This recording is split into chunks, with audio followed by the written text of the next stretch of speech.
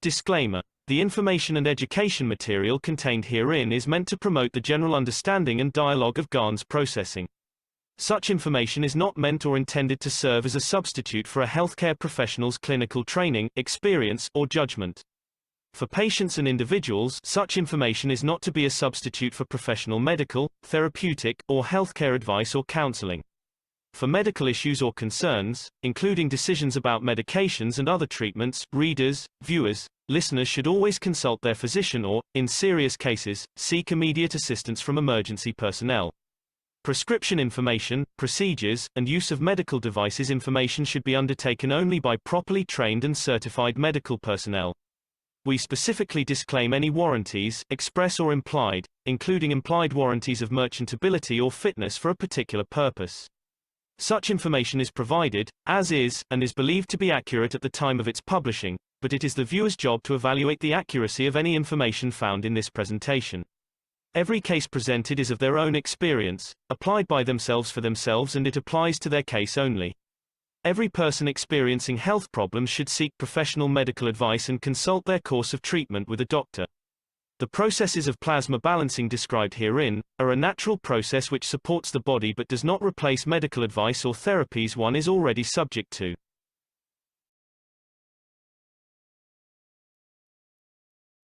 And now let's give a warm welcome to Alex, who's continually dedicated his life and understanding to further the technology, as in a way we all have. But there's still so much more to learn. I think you would agree with that, Alex. But let's share what we think we understand at this point and continue to move forward and move ahead. So we do thank you profusely for being here and being part of it. But we know your soul has also brought you here for a certain purpose and a certain understanding and a certain emitting of fields, let's say. Again, we're not here through our physicality as much as we think we're here through the soul level. And this is a beautiful understanding to have. And I think we can apply it to many different situations that before we knew this would seem a little bit strange. We didn't even realize it, but now we're realizing more. So Alex is going to take us deeper into this knowledge and share a broader understanding that we can then pass what we've taken from this teaching into ourselves and also share it with the others. So we see your screen, Alex. Please feel free to take over. And thank you so much, Mark. Excellent meeting so far. I want to thank all the people who are part of the North American Knowledge team. And remember that the strength of our team lies in the fact that it's worldwide. And so we want to welcome all the other continents that are here as well.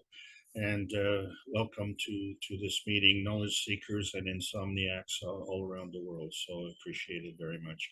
And these are the teachings of Marin Teva Kolikesh, and I'm just trying to interpret them on our behalf and trying to condense things because we are fast approaching 10 years on this journey. This is the Kesh Foundation Spaceship Institute, Teachings on Plasma Science. We are in the Intermediate Outer Space series. Today we're going to discuss the blood of heroes. My name is Alexander. I'm from Canada. It is April the 30th, 2023. This is the Kesh Foundation North America Plasma Education Series. We went through basics, intermediates, and advanced in all the various series. And with the outer space series, we finished off with the basic reality dimension. And so we understand there are other dimensions, and some that we can go through physically and some we have to go through plasmatically. And so what is happening with the blood of heroes here, which is following up on last week's Lust in Space, as so many of us have this problem. And it causes a lot of confusion because as we go on the plasma highway to search for outer space, we find that our little tiny red universe, and I say it's red because of all the blood that's spilt on it, it's a really tiny drop in the bottom corner, and this is our tiny perfect universe. And it's our little pie in the sky. But when we look at the rest of the sky, we find that obviously there's more going on. and there's energy that's flowing, and this energy is flowing as it's shown in the book number 2, The Structure of the Light. So the energy has to transfer as a light form, and this light form comes in many dimensions. And so as a result, each of these dimensions are created somehow. And so we find that based on the surface to volume ratios, that 1 and 1 is more than 2. And the reason for that is because we have 2 dimensions and 3 feedback dimensions. Well, which feeding dimensions are we talking about? Well, we're talking about the 1 and the 1. But is 1 and the other one the same one? And of course it's not, but it acts as 1. And then of course the feedback dimension is more than 2. Well, why is it more than 2? And that is because the feeding dimensions are still there. And so the feeding dimensions also become a feedback dimension. So all 3 of these dimensions come together to create the volume of the spheres of the fields, of which we are none of those dimensions because we're the observer. We're the ones who interpret, and of course we're the ones who fudge all the figures and facts and do it to suit our purpose. And that's one of the problems that we're having in our society, in our life, because many of us have no understanding of what our purpose is, and this is causing a dilemma, only because we don't have the answers. And for those who are not seeking the answers, well, that's no problem for them. But which dimension are we operating in? So when we say 1 dimension, 2 dimension, 3 dimension, 4 dimension, what we're not saying is the field strength. What we're saying is the relationship. And this is important because when we look at these math anomalies, we see that if we take 1 and multiply it by 1, we still get 1. And then if we take 1 and divide it by 1, well, we still get 1. So it's only when we add 1 and 1 that we get more than 2.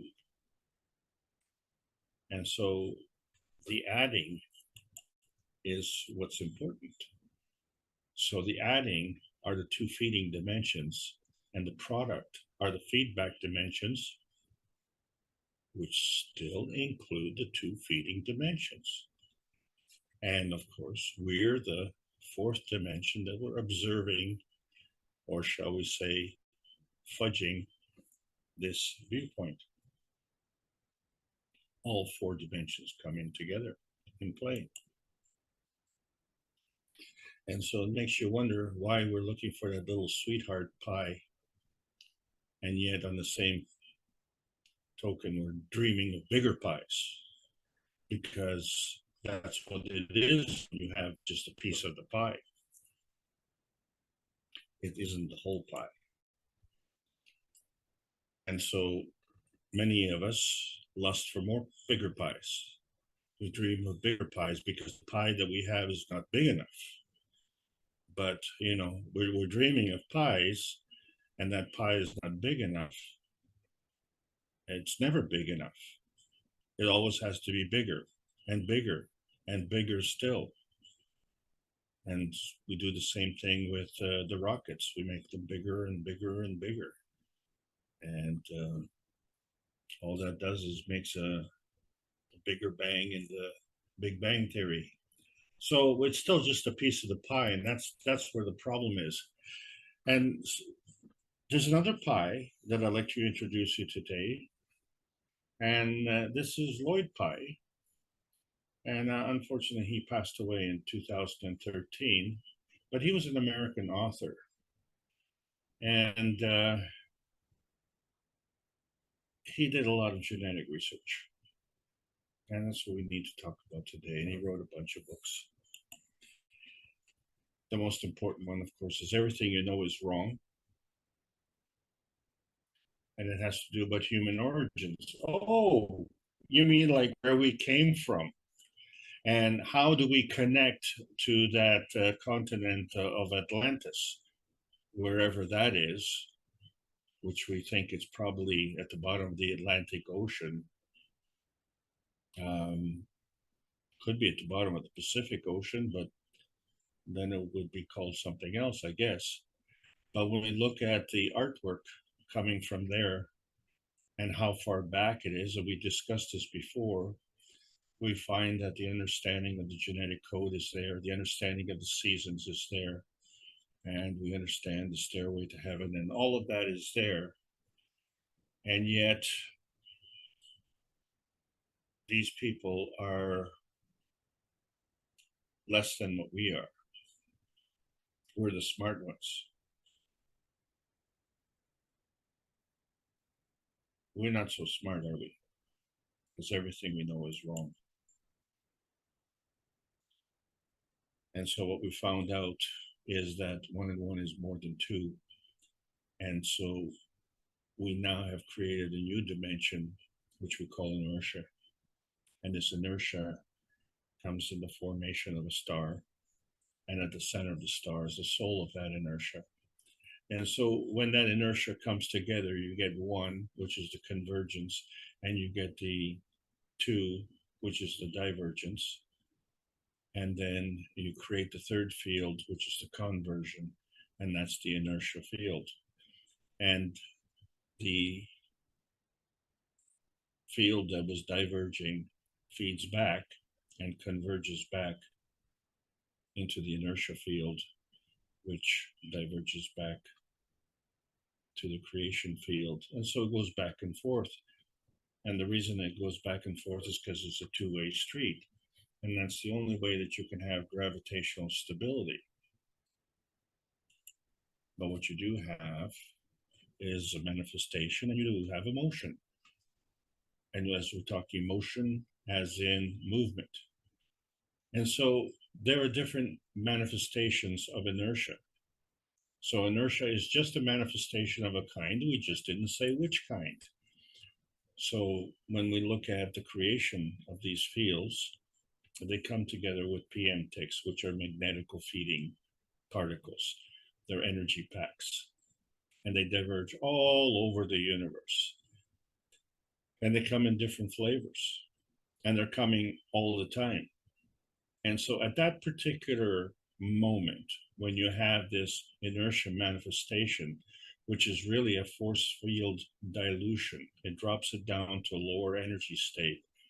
And in that lower energy state, you have what's called a Maggrav condition, a Maggrav condition being the gravitational aspect of it. And so that comes from the plasmagen conversion of the principal transition and convergence matter. And that all comes together. However, in order to manifest, it can manifest on its own, but in order to manifest in a particular dimension, it has to have a reference. And so that reference becomes a feedback inertia. And so the feeding inertia and the feedback inertia creates a Maggrav inertia, which is a gravitational stability. So each field, and in fact, is an inertia that is created from 2 fields. So 1 and 1 is more than 2.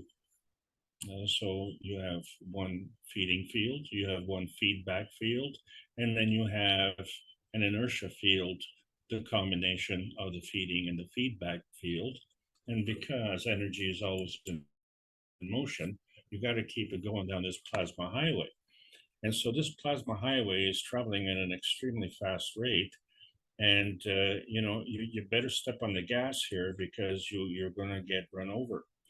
But we operate in the physical state. And so we see that the physical manifestation of our essence, which is organic, and organic means carbon-based. And so when we look at the periodic table of elements, we find that carbon has a mass of 12, which is 6 protons and 6 neutrons. So we call it C12. But we have isotopes, C16, C14, C10, and C8. And these isotopes are not in the physicality. They affect the physicality because one and one is more than two. So as these things come together, they manifest. And so we have three dimensions where we have a higher field strength, a medium field strength, and a lower field strength. So if we were to say, if it was strictly on the plasma highway, we could say the highest field strength is the antimatter, the medium field strength is the dark matter, and the lowest field strength is the matter. And the difference between plasma matter and physical matter is a capital M and a small m for the physical. And so our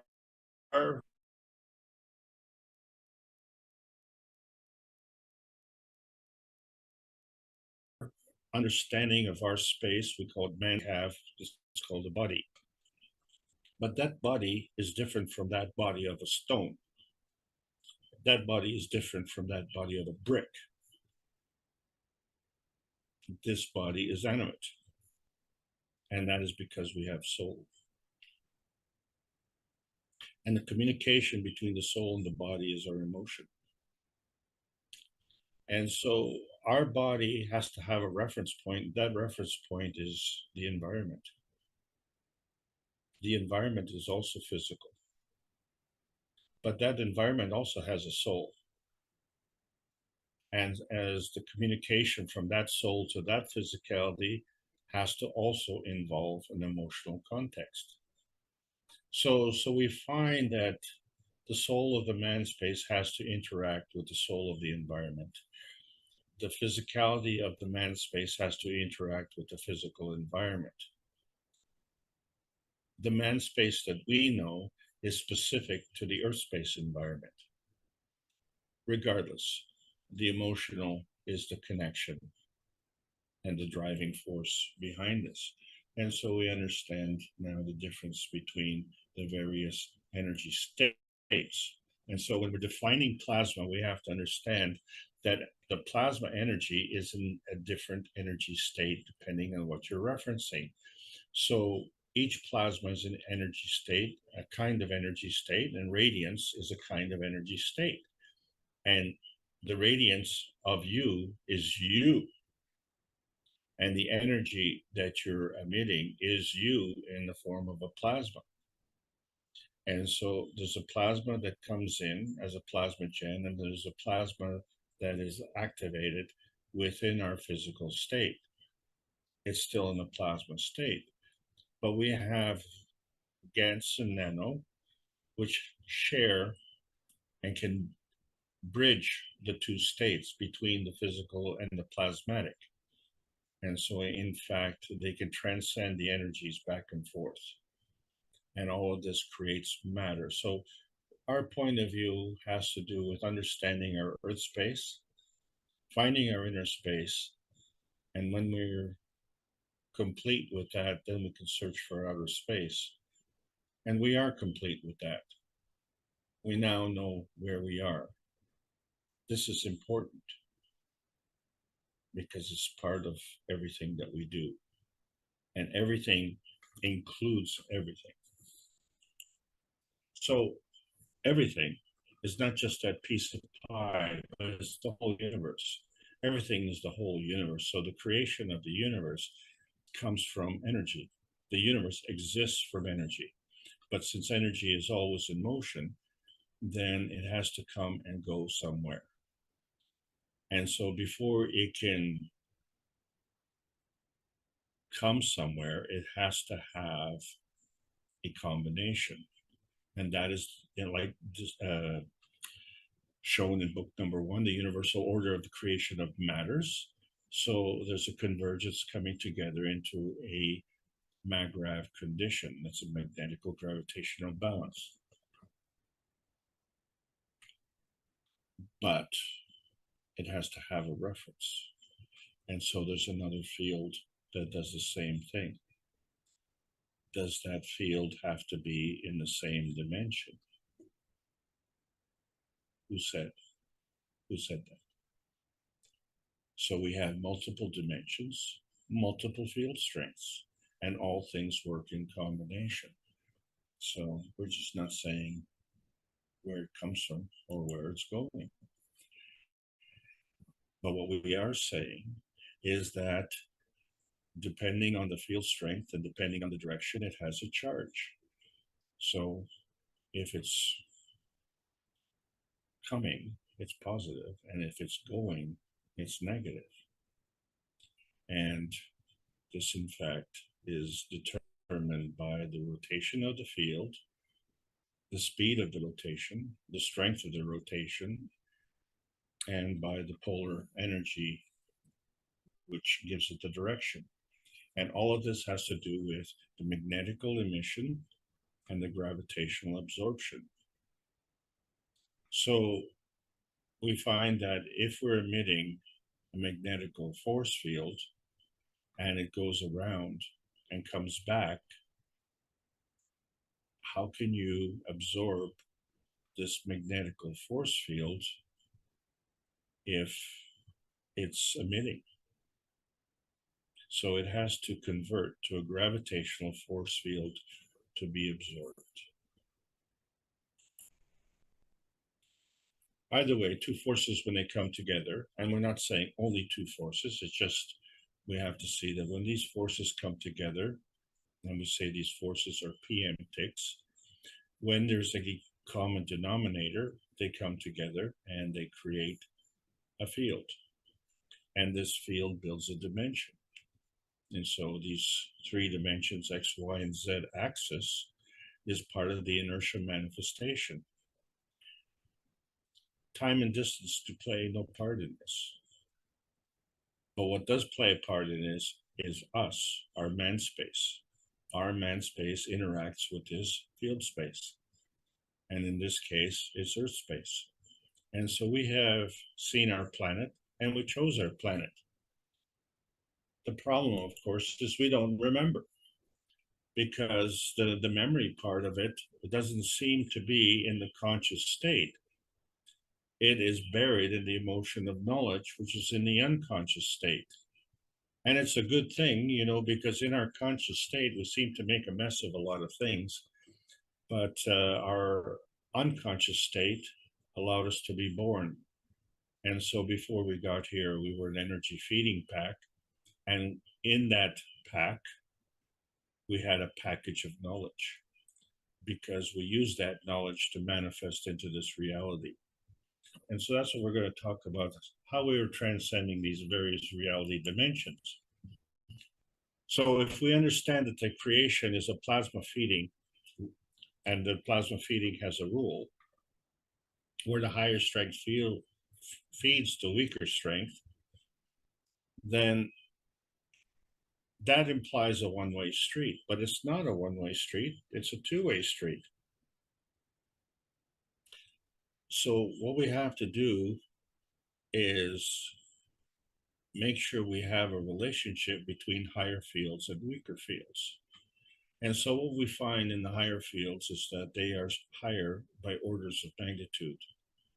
Now, we don't know how many orders of magnitude, it doesn't matter. It just matters it's higher or lower. And so we find the three fields where we say fundamentally one field is a natural creation and another field is a natural decay. But then there's this field in between, which is catalytic, and it's extremely stable.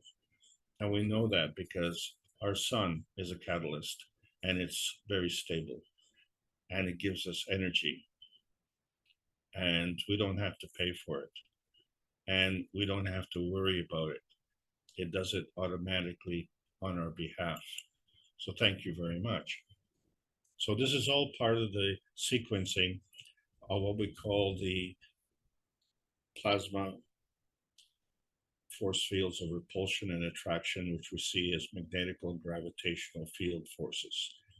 And so it manifests as a feeding and a feedback system. And you have to have the both, because if you're feeding, you want to be able to turn it on, but you know, when do you stop feeding? So you have to be able to turn it off. Well, you're the one who makes that choice. And so what is the rate? And so that depends on the strength, and you can increase or decrease that strength. And in that process, you change your position. And so you can enhance your position or diminish your position. But the thing is, you still have that choice. And you have to make that choice as if you were the last man standing, because that's one thing that happened. When you were born, you were the last baby standing. And so we find that the same thing happens with these PM ticks. They're the last core standing. And so when we look at a PM tick, and it has the relationship of an electron, but an electron is part of an atomic marriage with a proton. And so that becomes a gravitational ray. So we can draw the PM ticks in. And so you have the core components, but their PM ticks and the rays operate the same way. So we have rays of different field strengths, different intensities, different strengths. That's the best description of what it is. And these different strengths can manifest either in a plasmatic or in a physical field. And then there's this relationship where the proton feeds the electron, but the electron stays in the marriage. So that's the fundamental principle of the twinity. And we don't need a marriage certificate for this. But it was created from the breakdown of the neutron, what they call decay process. And in the process of decaying, well, we created a PM tick. So the decaying and the creation are the same thing. So through the decay of the neutron, we created an atom and we created a PM tick, right? And so this becomes part of the ray dance dimension. And so all of this is going on all of the time. And so we find that when we're looking at our physicality on Earth space, we see that it manifests into our Earth space. So we understand that our Earth space is inorganic and it's physical, but all that means is it's silicon based. We are organic, and all that means is we're carbon based. And so if we look at our physicality, we find that it manifests through a natural decay. Hey, wait a second. I was created through decay? Is that what happened? Well, yeah, kind of, sort of, because each energy state is at a lower energy state. And so we find that the physical state is at the lowest energy state. So when you interact two energy states, the product is of a lower energy state.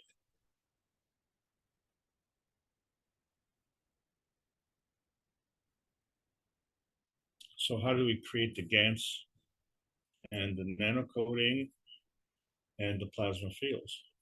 Well, because, as I say, it's a two-way street. And so we have the other part of the equation, the natural creation. And so we see that the carbon-12 is more dense than the carbon-10, and the interaction leads to the carbon-8. And these are all in a plasmatic condition because that's what the isotopes are. The stable part, the physicality, manifests into an elemental process. And when we look at our ganses, we find that they are in a combination. They're in what's called a molecular process because it doesn't just involve the element. That's the thing about the elements. They're elementary. And so in terms of the creation, there's a relationship between a natural creation and a natural decay. But in the process of decay, there's a natural creation and a natural decay. And so on the natural decay, we have our three dimensions, and in natural creation, we have our three dimensions. We're none of those three. We're the fudge factor. We're the bonding fudge factor that's in between. We're the ones who are creating this relationship. So as we see exclusively on our physical state, we have a scientific community with a scientific responsibility, and we have a spiritual community with a spiritual responsibility. The problem, of course, is that they don't work together. So the plasma science is the combination. And not only that, but it adds to the knowledge. And depending on how much we add to the knowledge affects the rate of change. And so that's what we're going to. And today we're going to discuss the blood of heroes because we have a unique situation on this planet. And when I say unique, it doesn't just mean exclusively of this planet, but let's just say within a near proximity. We could call this the quarantine zone, okay, so that we have a reference. Terminology is kind of important, right?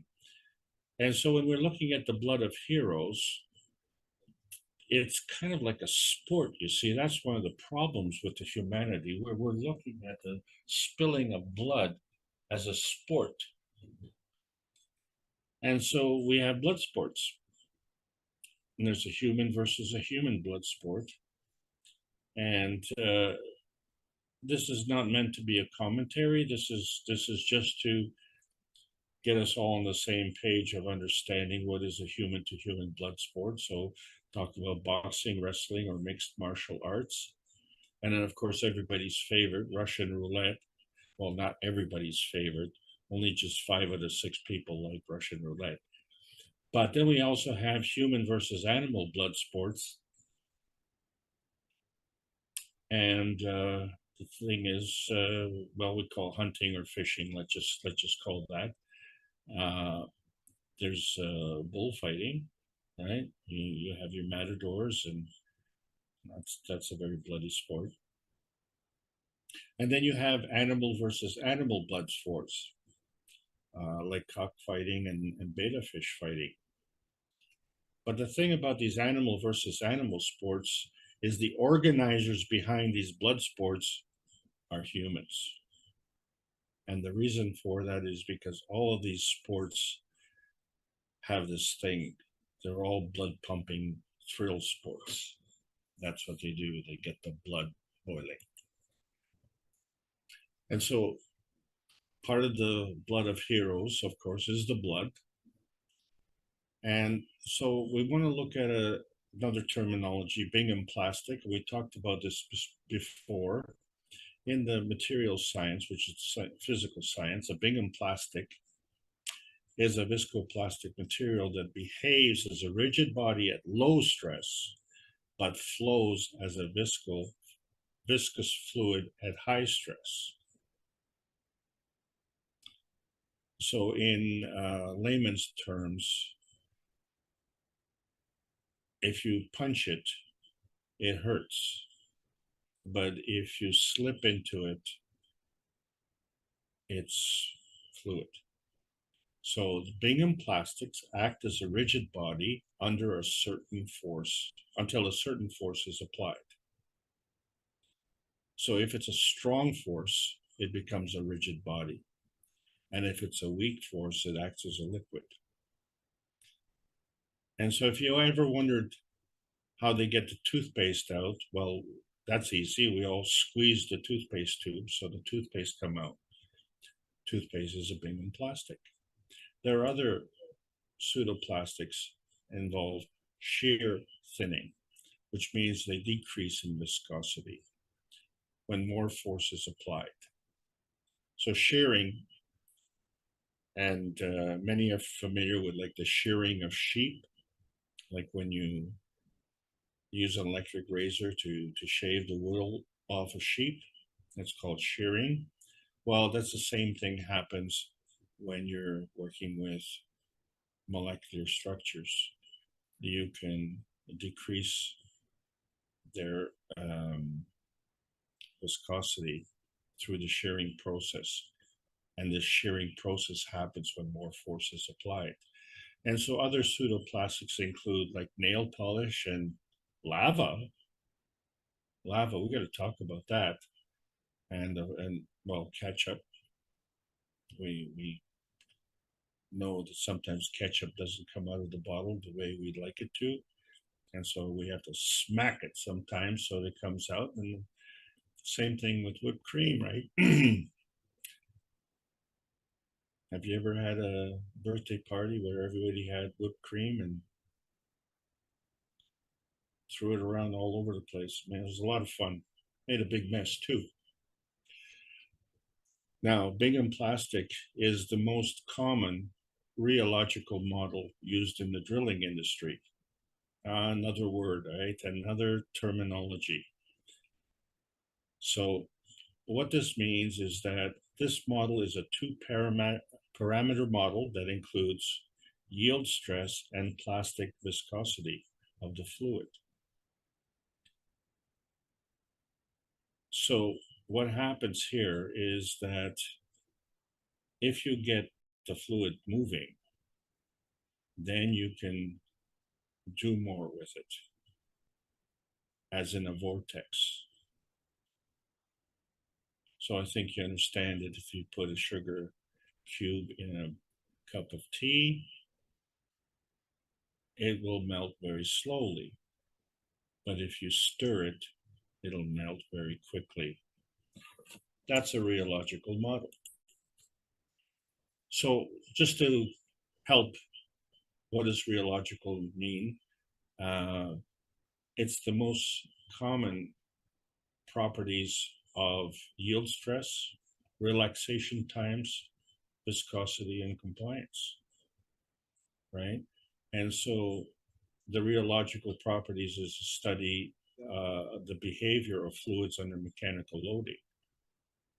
So they can have different shapes, they deform, they stress when subjected to a load. And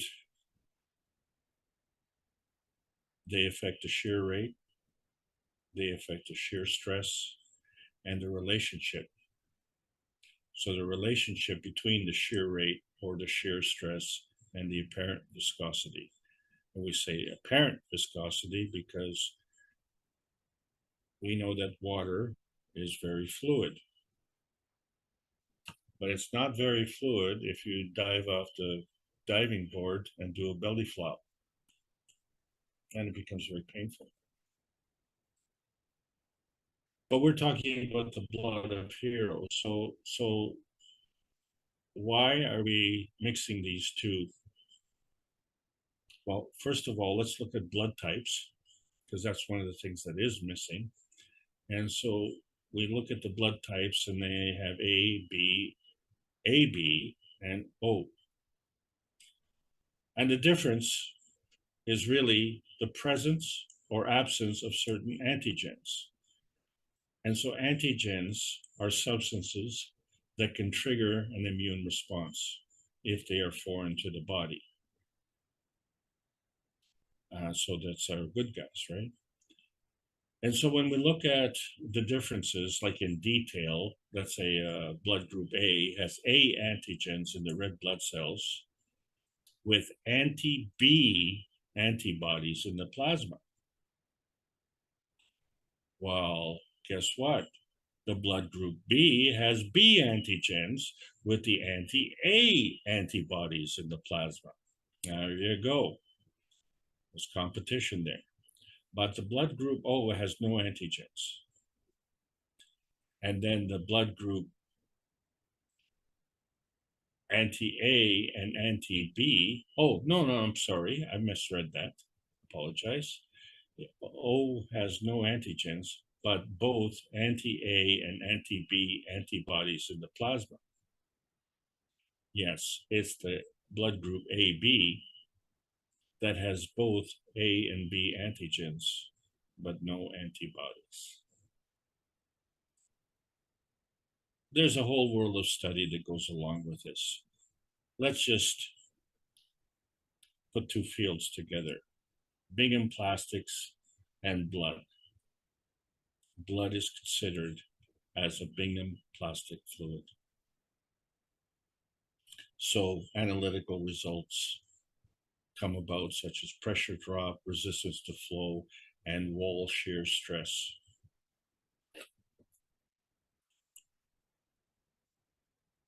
Another item that was a Bingham plastic is lava. And lava flows are streams of molten rock that pour or ooze from an erupting vent. And it can be erupted during either a non-explosive activity or an explosive activity. And interestingly enough, lava flows uphill as well as downhill. So, for instance, it could be 50 yards wide and 3 feet tall, or it could be 50 feet wide and 20 feet tall. So the lava can disappear or pop back up to areas of least resistance. And the reason the lava can go uphill is because it's actually being pressed like a tube of toothpaste through the Earth's surface.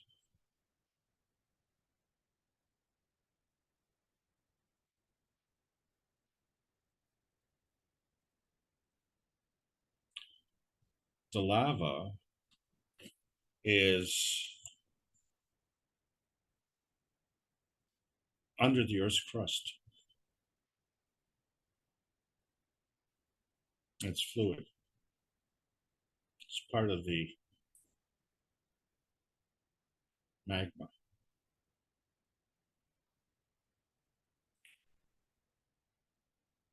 And the coating on the magma is the inorganic surface of the Earth. And above that is the magnetical peace dome. And within the magma is the soul of the Earth in the core. And so we're living in that center portion on the biosphere range, which is on the surface of the physical magma. It's no longer being plastic. It is solid. The same way blood creates a scab on the skin. So now we have resolved further this anomaly, trying to find out how we obtain gravitational stability. So when we look at the core of the Earth, we see the core's in the center, and the magnetical peace dome is working all the way around. So we have this concentric force fields of 3 dimensions. And then we look at our cell structure, and we have the same thing. We have a magnetical gravitational relationship of each cell, but collectively these cells come together as organs which have a gravitational stability, a magnetical gravitational relationship. So the cells are similar to the Earth. It's just that we as humans have arms and legs, and so we walk on the Earth, whereas the Earth just rotates on its own axis.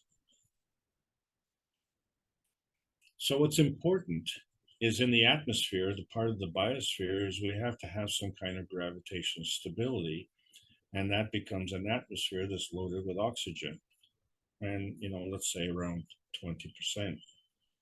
And the thing about the oxygen is always in pairs. So if it's in pairs, it has 2 sides, but they have to be bonded together. But oxygen is also highly reactive. And so it has to have dangling links. And so we see how that works. And one of those links can be picked up with another hydrogen. And so we find that when we link this up, we create a water molecule, and it too has gravitational stability.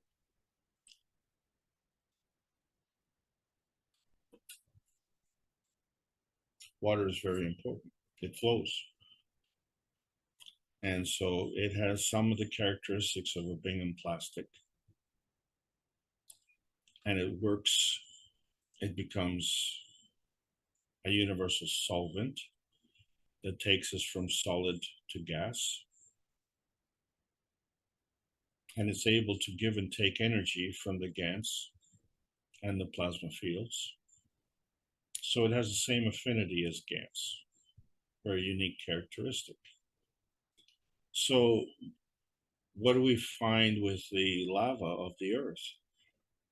Obviously, it's carrying the energy of the Earth in some form and transferring that from below the crust to above the crust. And we find that the blood is kind of the same thing for us. It's within our body. And when we cut ourselves, it comes to the surface. So when we look at the creation of all the elements on this earth, and we said that the earth is inorganic, which what it means is that it is silicon based. But when we look at the amino star, we see that it's organic, which means it's carbon based. And so the amino star is comprised of the carbon 6, oxygen 8, nitrogen 7, and then of course the magnetical hydrogen 1. That's your amino star, right? This is a star formation. We discussed that before. And so the amino acids end up creating our DNA and RNA, and the RNA and DNA interact. And so the RNA that we all have is part of the universal energy. And that universal energy that we have within us is unique. That's why we have almost 8 billion people on this planet who are all individual. But we all share a common environment, which is the Earth space. So it's our inner space spectrum is actually a feeding radiance, and the Earth space is the feedback radiance. And we interact with that. And so that becomes our DNA. And so we're sharing that with our Earth space as a feedback. And then, of course, we modify the DNA accordingly. And so we look at the potentiation of hydrogen, which is a pH scale of 1 to 14, and we find that above 7 to 14, we consider that alkaline. But what it does to the DNA is it contracts it. And if it becomes less than 7, which is from 0 to 7, it becomes acidic. The DNA in that kind expands. And so the balance point, the Magrath point of the DNA, what we call a healthy DNA, has a certain distance. And this distance in the helical coil and in the expansion or contraction of the DNA affects its performance. And so we find that outside of the range of the healthy DNA, it becomes unhealthy. And for the vast majority, and we're talking about 99% of the population, we're in a highly acidic condition. And a highly acidic condition is a precancerous condition. And the reason for that is because it affects cell respiration. So let's identify cell respiration. Food comes in, waste goes out. In that process, cells multiply through division. So all of this is part of creation. And from that creation, there's growth. And during that period in our lifetime, there we may damage ourselves, so it requires repair. And then when we're finished with our body, then the body decays. And this is all set up in the process, and that's part of our dimension. And so this has all come about on this Earth space because of the anchorage that we have. So the anchorage desire comes from the plasma of the soul. And the field strength is the bandwidth of the soul. And the soul is anchored in the blood.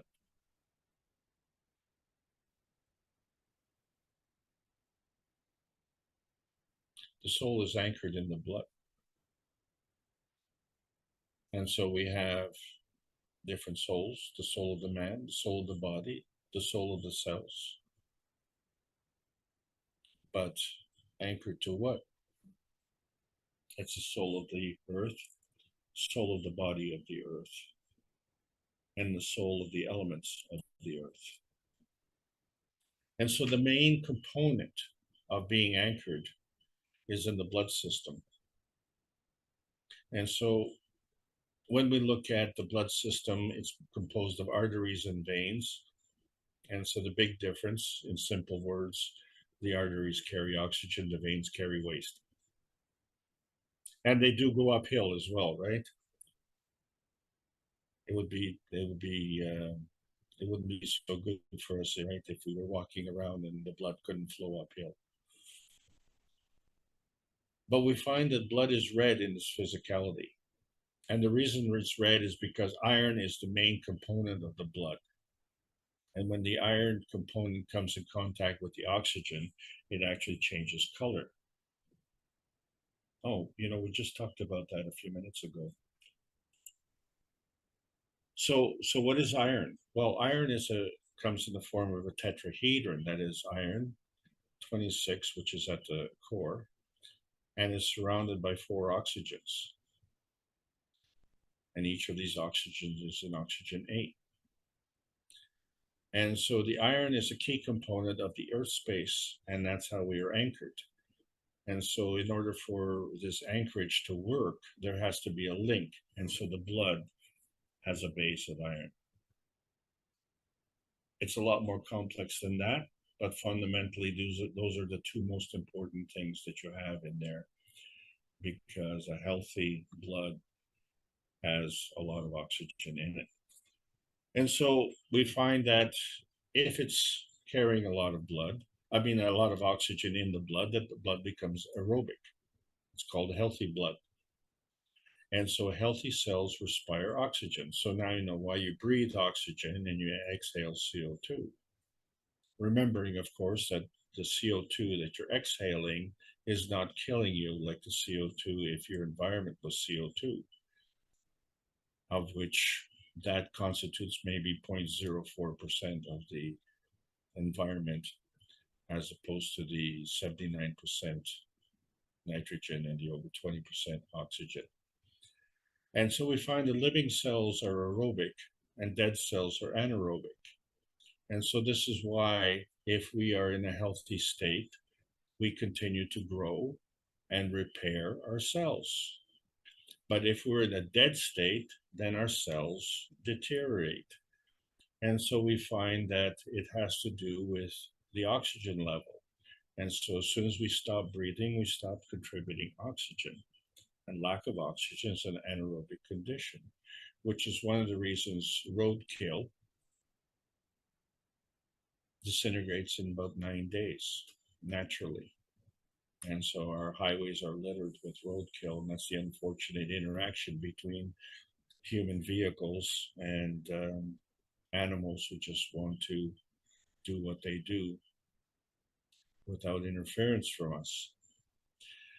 And so we find that the blood vessels actually contract as they extend out, and they come down to the point where they get into these capillaries, which are very, very, very thin blood vessels.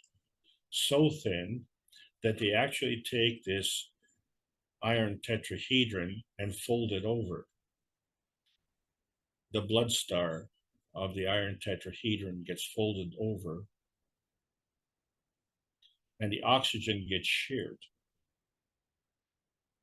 just like we shear the wool off a sheep. So this oxygen shearing is what happens in the capillaries. And so that gets distributed. But what I want to point out is that when the blood comes out from inside and we cut ourselves and comes to the skin, it turns red. And so that's interesting, because when we look at our x-rays, we see dark areas, and these dark areas are physical things like bones and cancers and things like that. But the rest of our body seems to be very transparent. And since iron is, pretty dense, we don't see the blood vessels in the x-rays, which means that the blood is transparent when it's inside in a GANT state. So they're accurate in when they say the blood is plasma.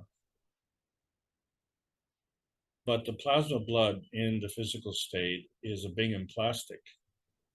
And the plasma blood in the plasmatic state is transparent.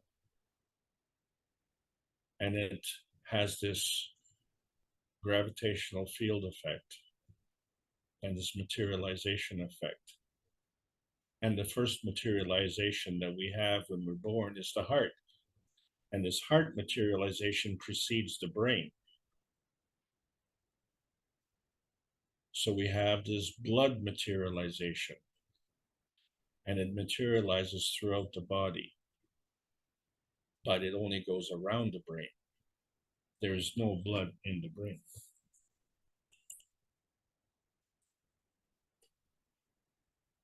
And there's another funny system, the lymph system, and it has white blood cells.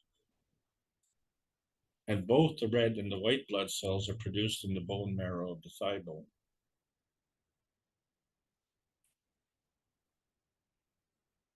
So once this red blood gets shared in the capillaries, then what's left is the hydrogen. And that enters through the electron transport system. See, the iron is huge, it's 26. So that stays in the blood. The oxygen is 8, it gets shared off. The hydrogen is 1, it carries on. And it's transported through the interstitial fluid. So we can clearly see that the blood system does not reach the cells because the iron is just way too big. So the blood system reaches the organs. The organs are a lot bigger than the cells. But the lymph system reaches all the cells because the cells respire. They need food delivered. The lymph system does that. They need waste removed. The lymph system does that. The blood system does not do that. And so this becomes an important condition when we understand the marriage family. So we ask ourselves, is it a genetic or an emotional connection? Well, it's a cooperation on a physical basis, isn't it? And it's not really a competition unless we're playing a game show. And we like to play games, don't we? So basically, we create a biological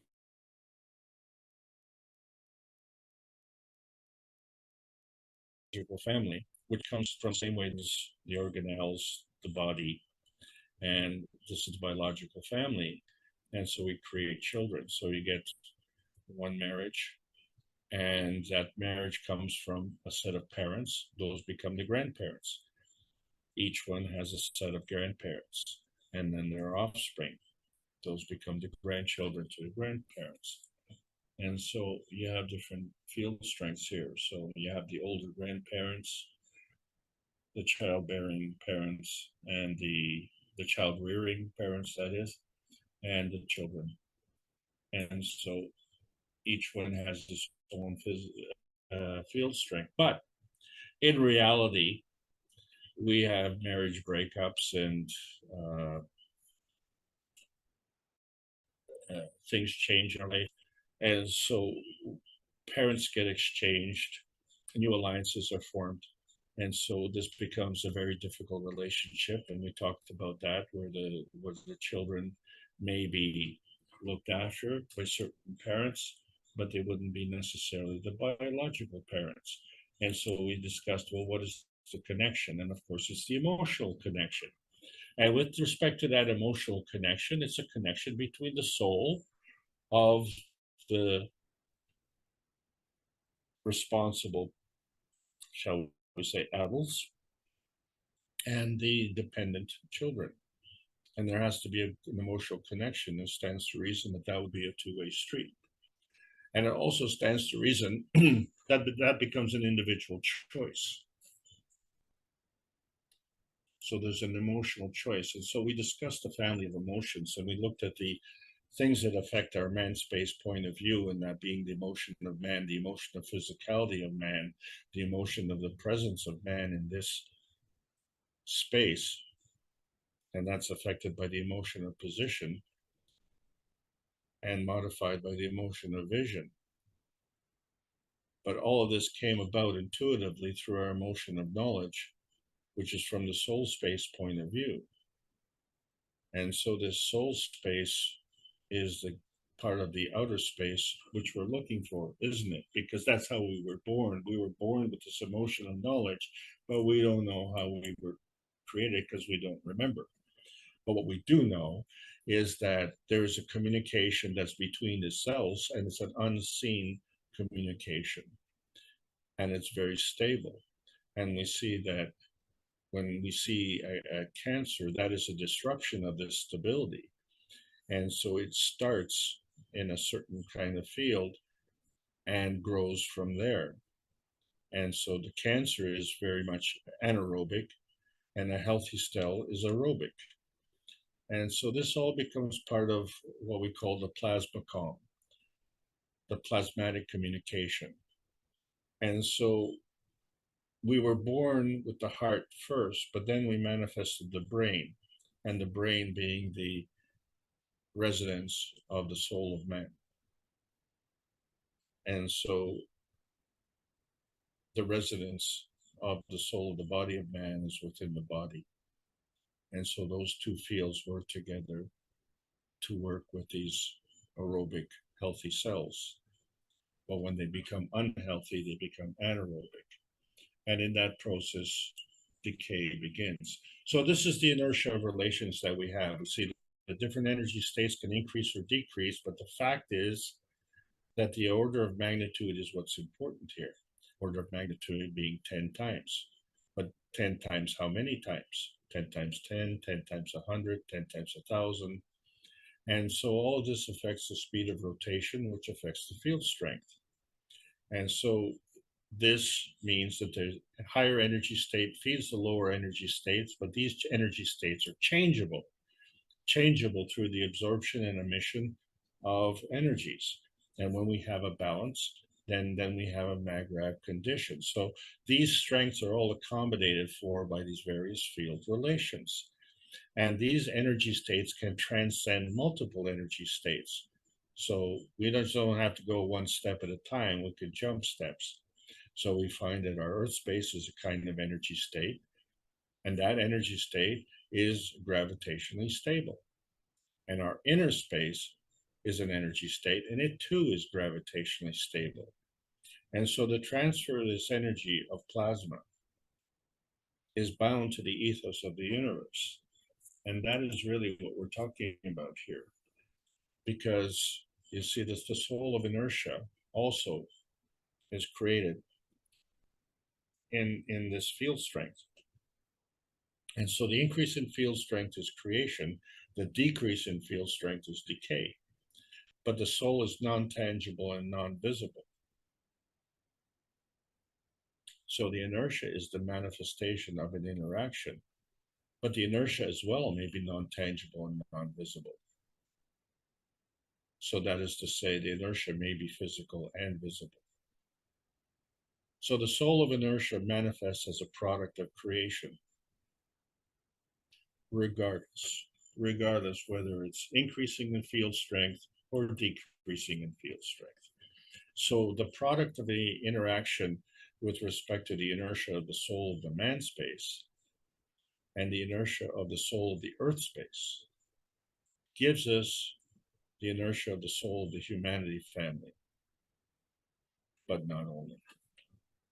All of these are different inertias, and each one is a field, and each one has a soul.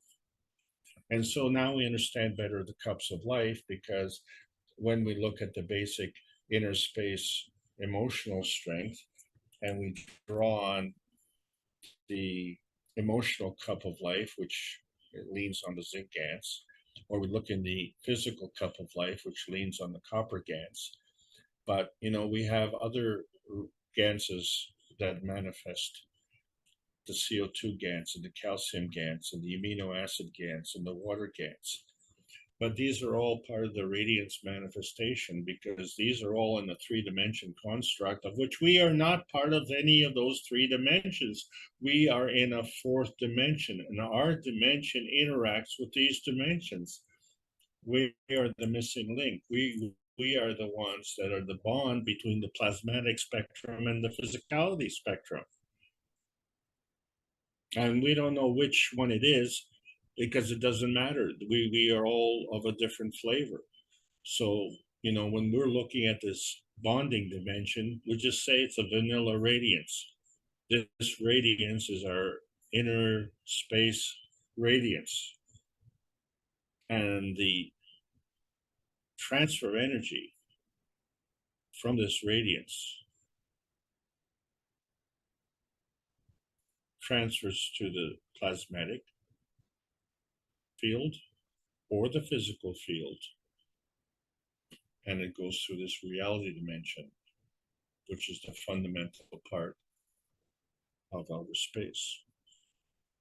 And so this is how the cup relationships work.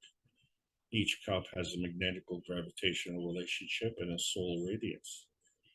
And those three, the soul, cup of soul, the cup of the earth, cup of the soul, the cup of the emotion, and the cup of the physicality, work together in unison as the cup of man. And so that creates a Magarev condition. But we have to have a relationship, and so we've chosen earth. And so we have a cup of the earth. And so our existence is the interaction between the cup of man and the cup of earth, called the cup of inertia. And so when we look at the inertia family, we see that there are different interactions, different inertias. We have this physical glass, which is made of silica. It's inorganic, but inside we have this water, which has an affinity to the GANs, and we have the GANs inside, which is a compound. It's not an element. And then we have this hole in the GANs, and this hole in the GANs has to take into account other plasma fields, which we can't see. Everything that you see here is in a plasma field, and we are part of that plasma field. So what we're looking at is a three-dimensional construct, and then we're in that fourth dimension that we're looking at this thing. So if the seeing is believing and the believing is knowing, then the knowing is all in the dreaming. And so are we in a dream? Well, yes and no. So in the physicality, the dream that we have is a physical dream. So when we look at cup number 5, and we see cup number 5 is the cup of the earth. And what do you know? It has a zinc coil, which is emotion, has a copper coil, which is physicality, and it has iron. It has iron. The same iron that's in the blood. Now, interestingly enough, when we produce this iron gas,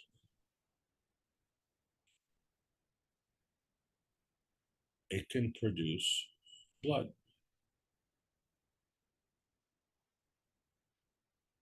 The characteristic of this blood is it does not have a blood type. It is plasmatic blood.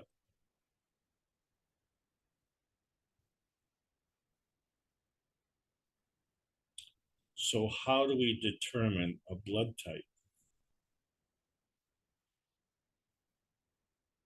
It's determined by the emotion of knowledge with the environment at the time of your birth.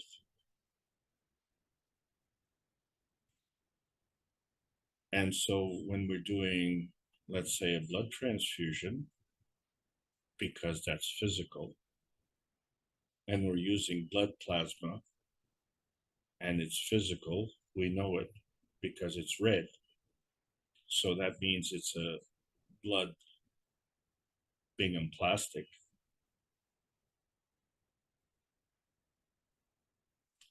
We have to match the blood type. But when we create the blood, which were obviously able to create the blood within our body, because when we were born with the blood. So that blood was plasmatic blood, as in non-physical, non-big and plastic, true plasma. And it carries the emotion of the earth. And that's our anchorage. And we know that because when we spill the blood of heroes, the anchorage is gone. So when we're producing this GANs, we have to realize, well, what's the difference? When we look at the elements in the periodic table of elements, they're all elementary, but when we look at the GANSs, they're all combinations. So we have copper oxide, zinc oxide, carbon dioxide. They could all be oxidized, and they have to do with the muscles, the mood, and the health. But the iron GANs is CH3. It's iron, and it's not oxidized. And so this is not new information, although it may be new information to some.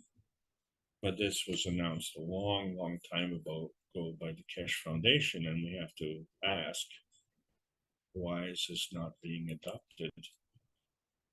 Because it certainly would help with the health if we could do blood transfusions in case of emergency and not have to worry about the blood types.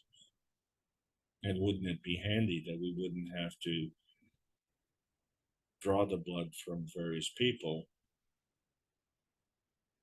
where we could just create the blood GANs and help many more people. And so when we see, in order to maintain this stability, because the CH3 is asymmetric, it has 3 hydrogens. In order to balance it, we have to link it up.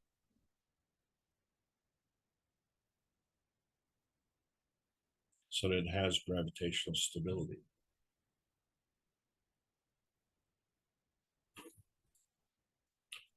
So just to review how we create that, we have the zinc, the nanocoated copper, and the iron as part of the cup of the earth.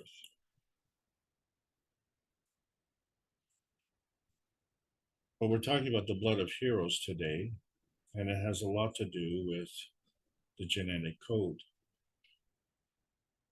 And the genetic code is in a library referred to as the OMIM genetic code library, and it deals with the genes. The genes are part of our RNA and DNA, and as they come together, they link up. And so they become part of the construct of the RNA and DNA. And in order to do this, they combine in pairs. And so when we're looking at gene modification, we have to ask ourselves, is that a disruption, or is it an alteration? And is it enduring, or is it reversible? And so that depends if it's in the physical state or in the plasmatic state, doesn't it? We know that when we were born, we were in a plasmatic state. And so we manifested from that genetic code. There's a real problem.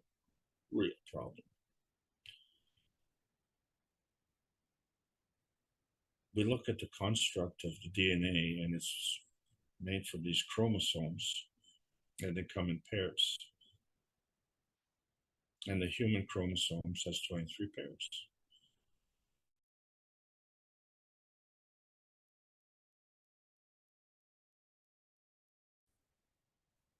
23.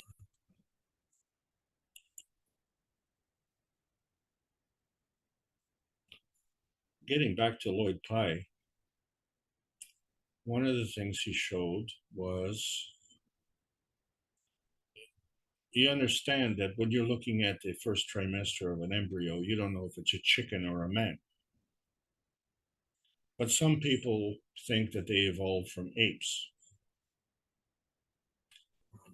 But humanity actually evolved from something else. And so to have a look at this genetic sequencing, as was described by Lloyd Pye in his books, when we look at the chromosomes of the humans and compare them to the chimps, the gorillas, and the orangutans, we find a startling difference. All primates, that is chimps, gorillas, and orangutans, have 48 chromosomes. So 48 chromosomes is symmetric. Okay, that's good. But the thing is, humanoids have 46 chromosomes.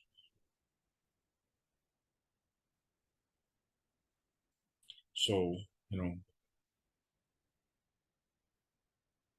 for those who evolved from primates, well, congratulations, you have 2 more chromosomes. The rest of us here, we only have 46. But 46 chromosomes always come in pairs, right? All things in combination. Well, let's look at these combinations, because as they converge into the physicality of what happens. So we have this gravitational relationship of carbon-16 to carbon-14 to carbon-12, right? That's the decay process. But then the creation process, by going into the plasma magnetical state, goes from carbon-12 to carbon-10 to carbon-8. But each of these comes at a different plasmatic field strength. And so we see the convergence on one side, and we see the divergence is the emission. And so that this divergence is a magnetical. And so we see that there is a transfer of energy, one coming in and one going out. That's all part of the conversion process. But when we look at individual levels, we find that there are convergences at each of these levels. So we see, for instance, in the physical state, we have to have a gravitational magnetical convergence that creates a maggrav condition. And it's likewise at each level. And so if we look at the lowest energy state in the physical state, that becomes gravitationally stable. But if we look at the middle point, that has to be gravitationally stable as well, doesn't it? And the higher energy level state, well, that has to be gravitationally stable as well, doesn't it? So each and every energy state has to be gravitationally stable in order to be at an energy state. You cannot be at any level if you're not gravitationally stable. So in order for us to be gravitationally stable with respect to our physicality, we have to have a gravitationally stable physicality and a gravitationally stable body of soul, or the soul of the body. And we can maintain that stability between these two. So we have the field strength of the soul of the body, and we have the field strength of the physicality.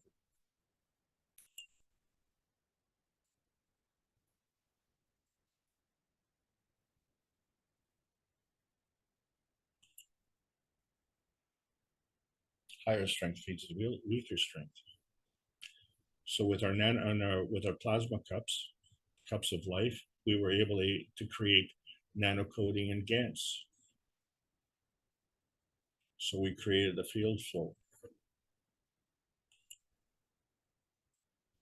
And when we look at the conversion of each of these levels, and we look at the inertia field, so if we position the higher energy state and say the combination of the carbon-16 and the carbon-8 brings us carbon-24 in the highest energy pattern. If we look at the mid pattern, the carbon-14 and the carbon-10, that also gives us carbon-24. But then we go into the physical materialization, and then we have a bit of a problem. And that problem is that most of us are operating on only these two levels because we see ourselves as heroes. We like to spill blood. The spilling of the blood is killing. And the killing is confined to this gravitational quarantine field that we have. But fortunately, this quarantine field is connected with the soul level.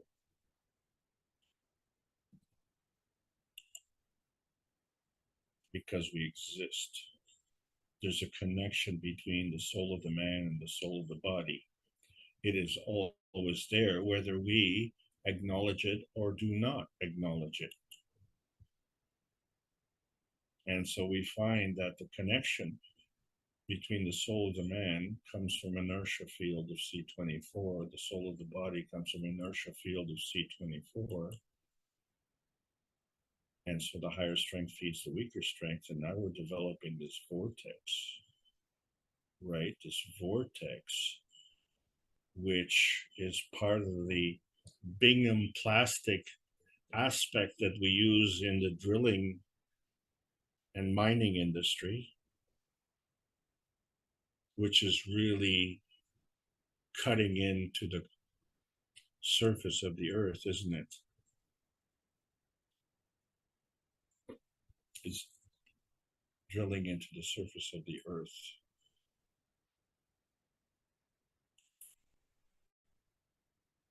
But we have this anomaly, and it's asymmetric. C23, 23 pairs of chromosomes. How does that happen? We certainly didn't come from primates.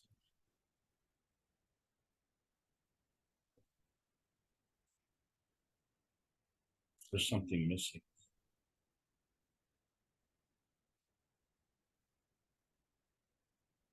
Something unseen, something non-tangible, something plasmatic. The radiant you, the inner space radiance coming from your soul, which is the ray emission, the launch field, and the ray absorption, the landing field. And you traveling at light speed, we didn't say which speed. You are the radiance, and you can flip all the time, change direction, but you always have this gravitational stability at the core of your soul, or the soul in the core, whichever you prefer.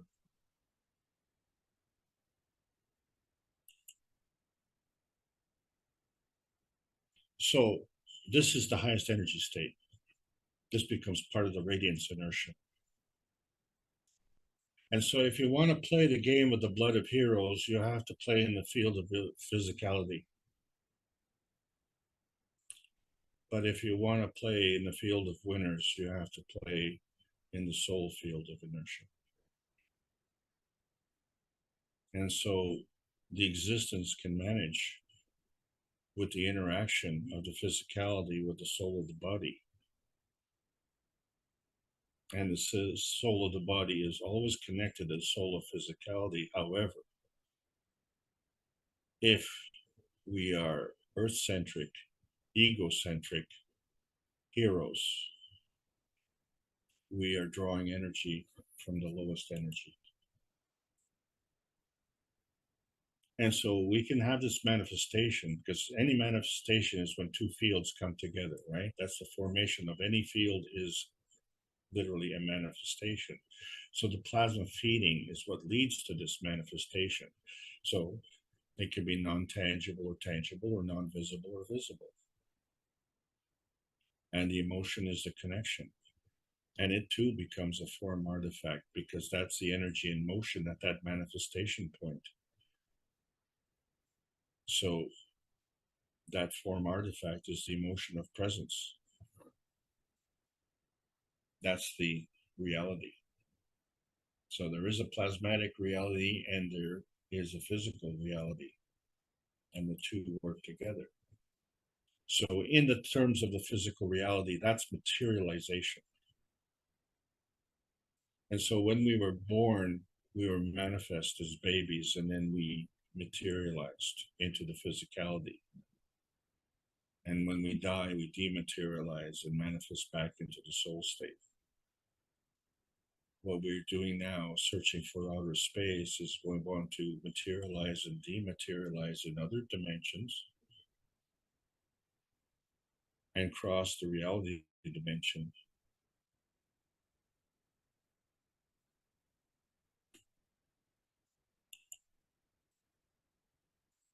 So now we see the difference between the matter plasma dimensions. The physical plasma, small m matter state is gravitational. The non-physical capital M mattergen state is magnetical. One's a feeding system, one's a feedback system. You have to have a relationship. And so we chose the earth, but we were not alone. We're not alone because every manifestation has a soul. It's just that some physical manifestations are inanimate. Some are of the vertical people, some are of the horizontal people, and some are the humanity. And so let's be clear. Let's be clear.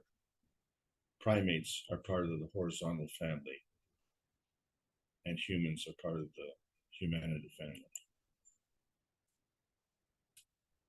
And the connection is this emotion, the plasma emotion, that connects us to this earth space, because that was our preference.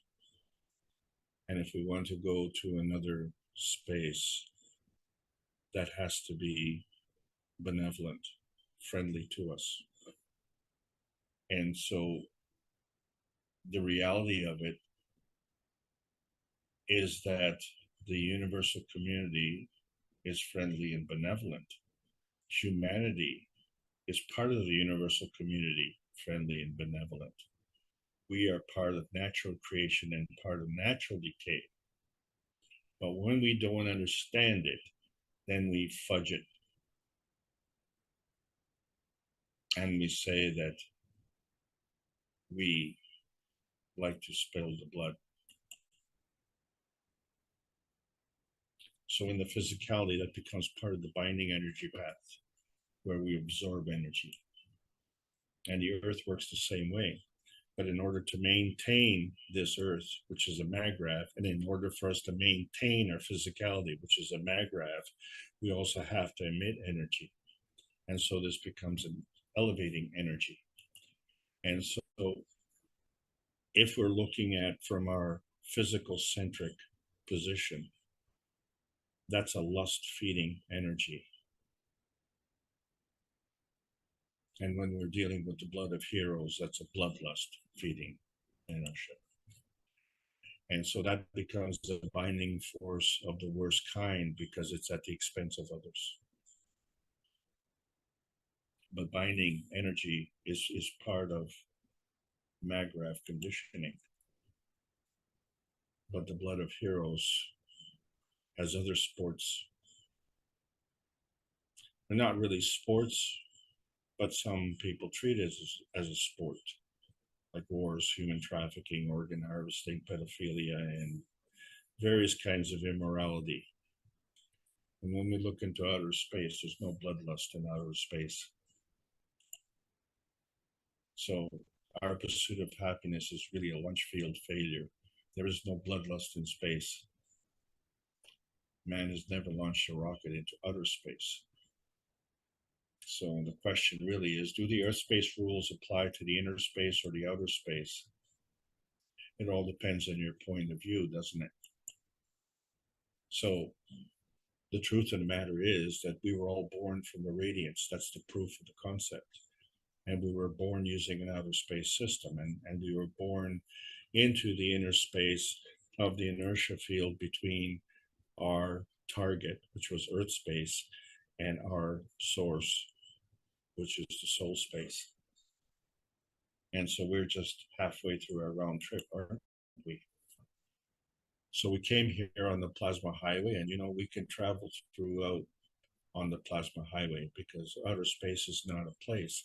Outer space is a relationship between you and your radiance, because your radiance comes from you. So outer space is a method of energy transfer. It's energy in motion.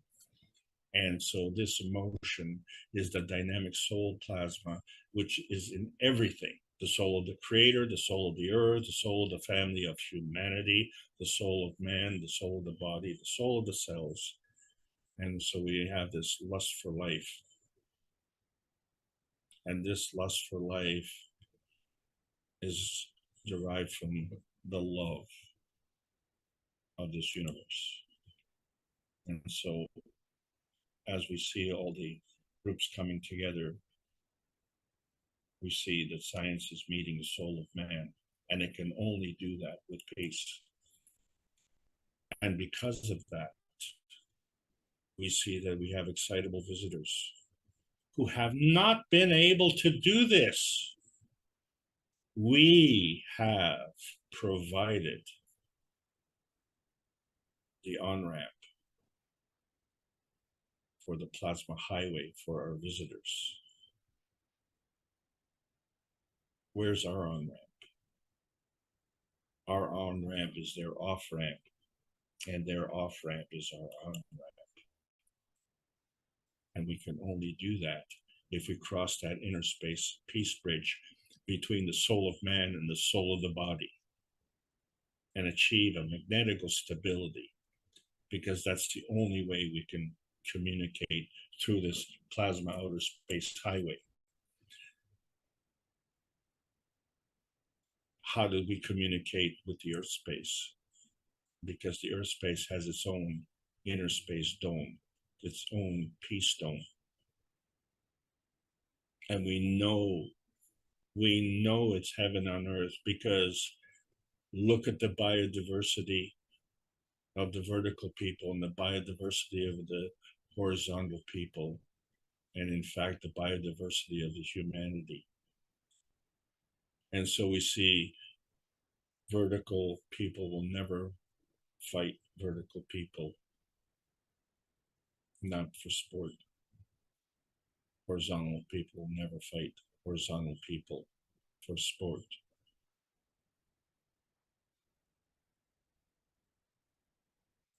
So we live by the same rules. Unless there are some different earthbound rules. And so if we want to get into this outer space highway, we have to transcend the limitations of nuclear science and understand that ethos has to be involved, which involves morality, compassion, and courage. These are all creation constructs of the radiance of the soul and the radiance of creation, which comes from the soul of creation.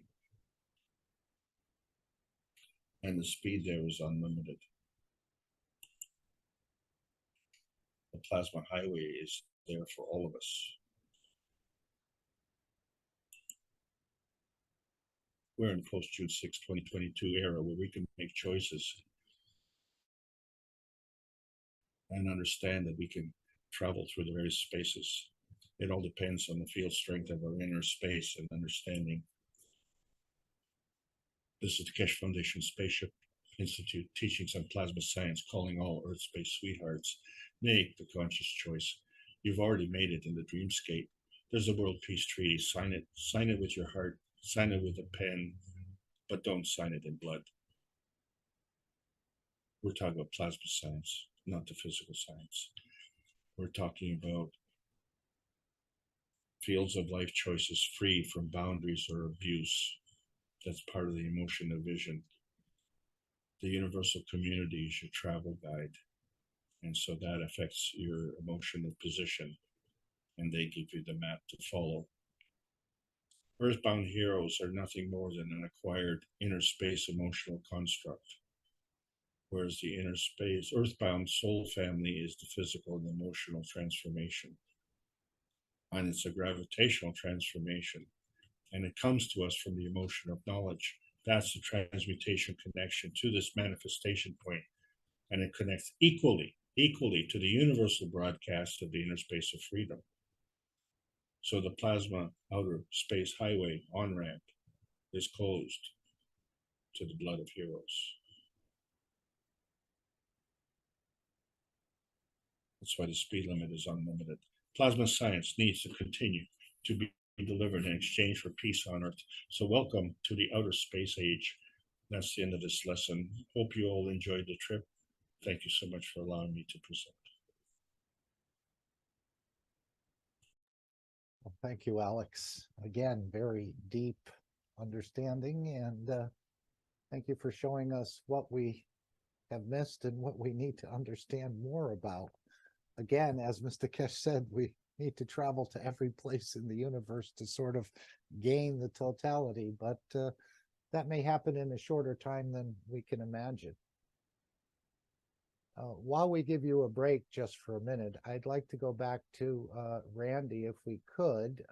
Can someone, he put in the chat, can someone tell me why Cup 2 setup turned brown instead of blue?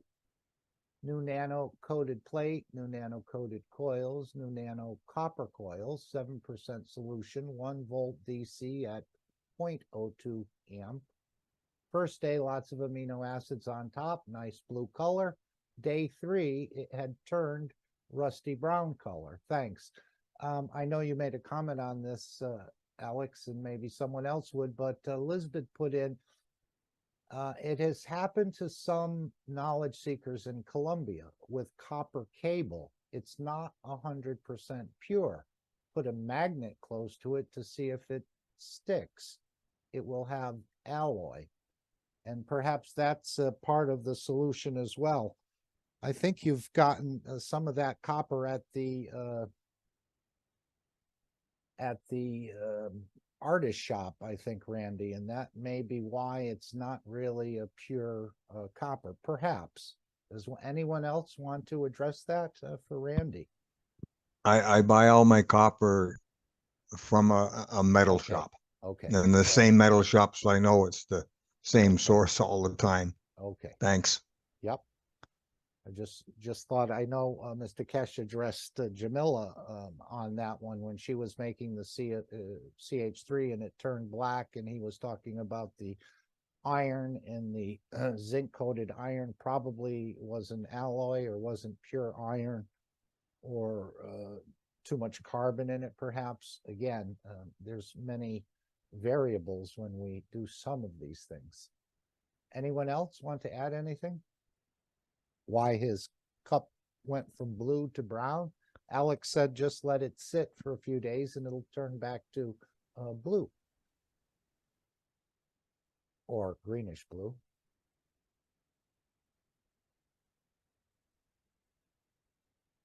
All righty.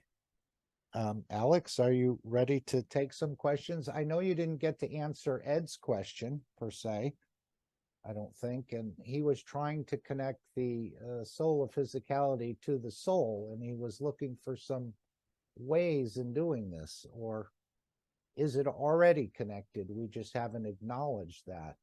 Alex, would you like to say anything about this connection of the two souls? We know they're connected because the soul created the soul of physicality, as I understand it. Certainly.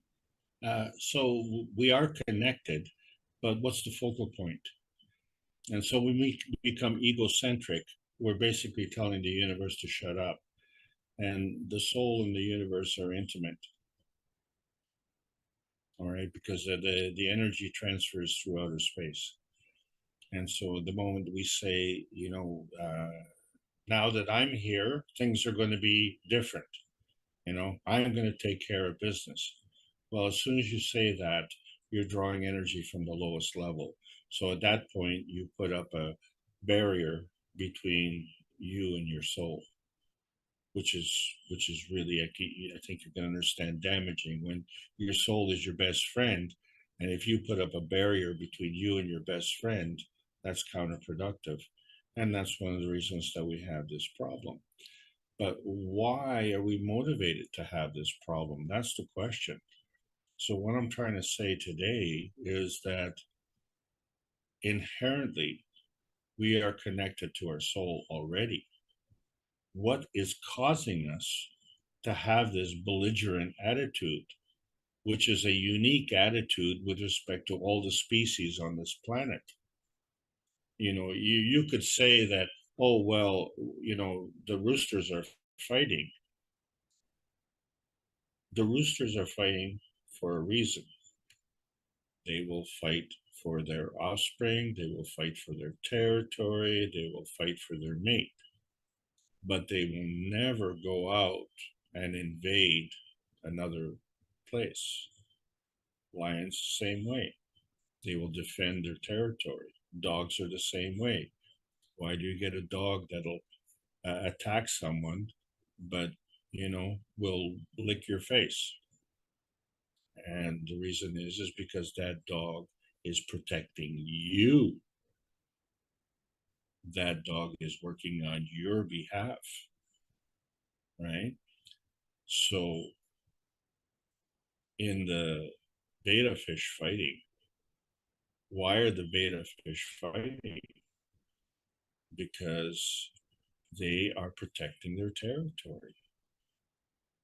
It's a natural thing.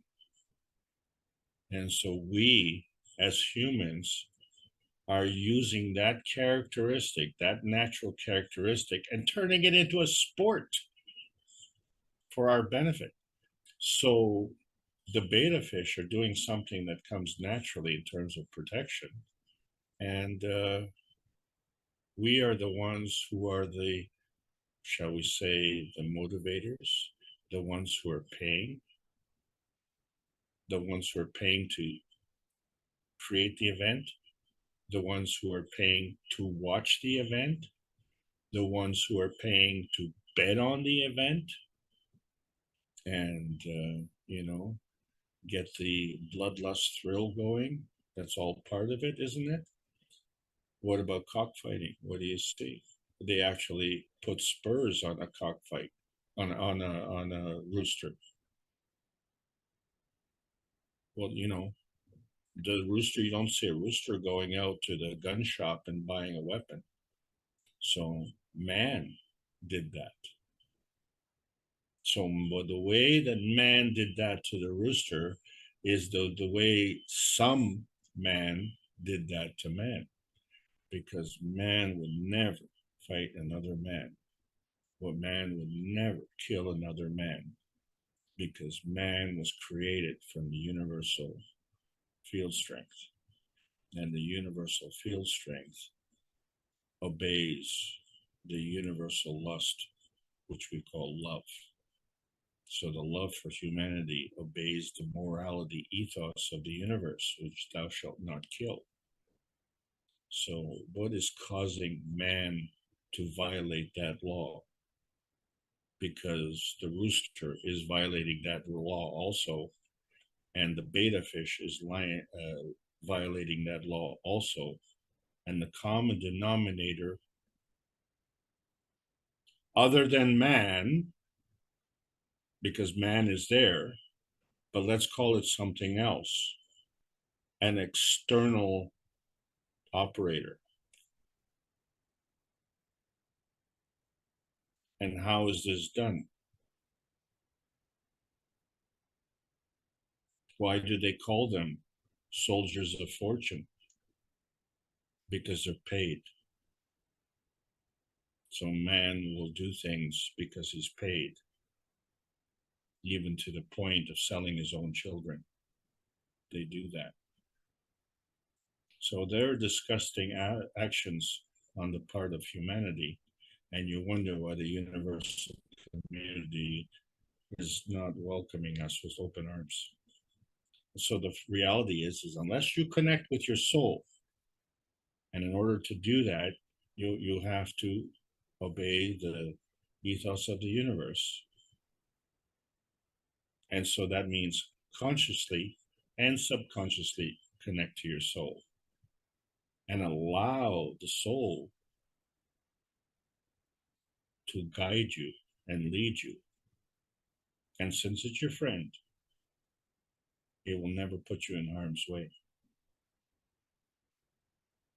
So you have to interpret your soul better. And you know this works because when you go to sleep at night, you release your soul. And your soul says to the soul physicality, you stay safe. I'll see you in the morning when you're recharged. Why do we need recharging? There's something wrong. We're missing something. So if each energy state were to be in a Magravs condition, say a combination of C16 and C8, which would be C24, and if we look at the connection, the C14, which is the connection to everything else, to arrive at C24, we have to interact with the C10, both of which are in a plasmatic condition, and the combination of which gives us the physicality. And so that it creates one human being. And how does a one human being create another human being? Well, it needs another human being before it can create another human being. So 1 and 1 is more than 2, isn't it? But if the number of chromosomes is only 23, then something is missing. So the 23 is in the physicality. The one that's missing is in the plasmatic state. If we choose to ignore that, then we're operating at a deficiency. If we choose to embrace that, then we're operating at a higher energy state. And we make the choice. But you have to remember that we have acquired tastes. And the blood of heroes is an acquired taste. And this is something that we have to, shall we say, break the addiction of the blood of heroes. Maybe it's the stealing. Oh, sorry. Yeah, go ahead. No, I was going to say maybe it's the stealing aspect with our soul. We've been taught that our soul is our closest friend, but at the same time, it's the one we steal from the most. So perhaps. But who taught? Who did the teaching? Seems to come natural. No, it doesn't. The natural, thou shalt not kill. The blood of heroes is not natural. It's acquired. No, but it's been passed through the ancestors and so on. So my point was that if we reduce the stealing from the soul, perhaps the relationship would be improved, or there'd be a closer relationship, but that's up to the individual. I don't think I can stop you from stealing from your soul, but when you come to realize this understanding, then you can deal with that. Okay, so we're talking about the rate of change now.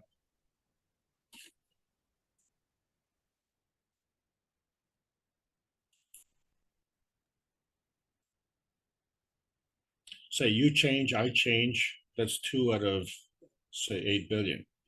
What's the difference between 8 billion and 8 billion minus 2? Nothing. No difference. It's the same thing. You're dealing on such an order of magnitude that it becomes irrelevant. So if we elevate to a higher energy state, as we are with the universal enhancement units and the universal spaceships, they are operating at a much higher field strength. But not only, we're talking about greater diversity. So when you produce a cup of life, you involve 4 elements, but when you're producing the universal enhancement units, it's over 400 components. And none of them are elements, they're all combinations.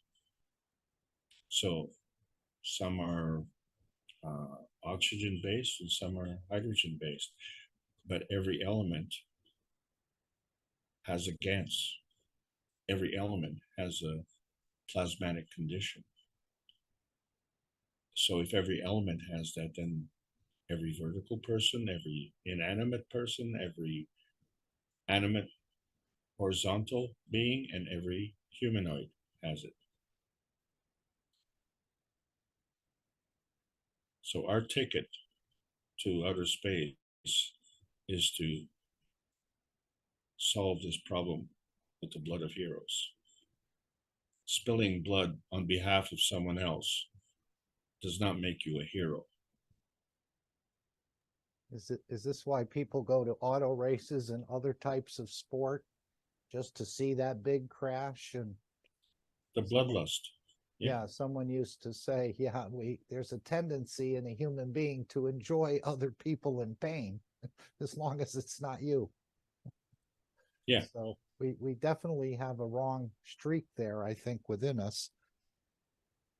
Well, there was a show on American TV called America's Funniest Videos. And so it would take videos of people doing silly things and make people laugh, right?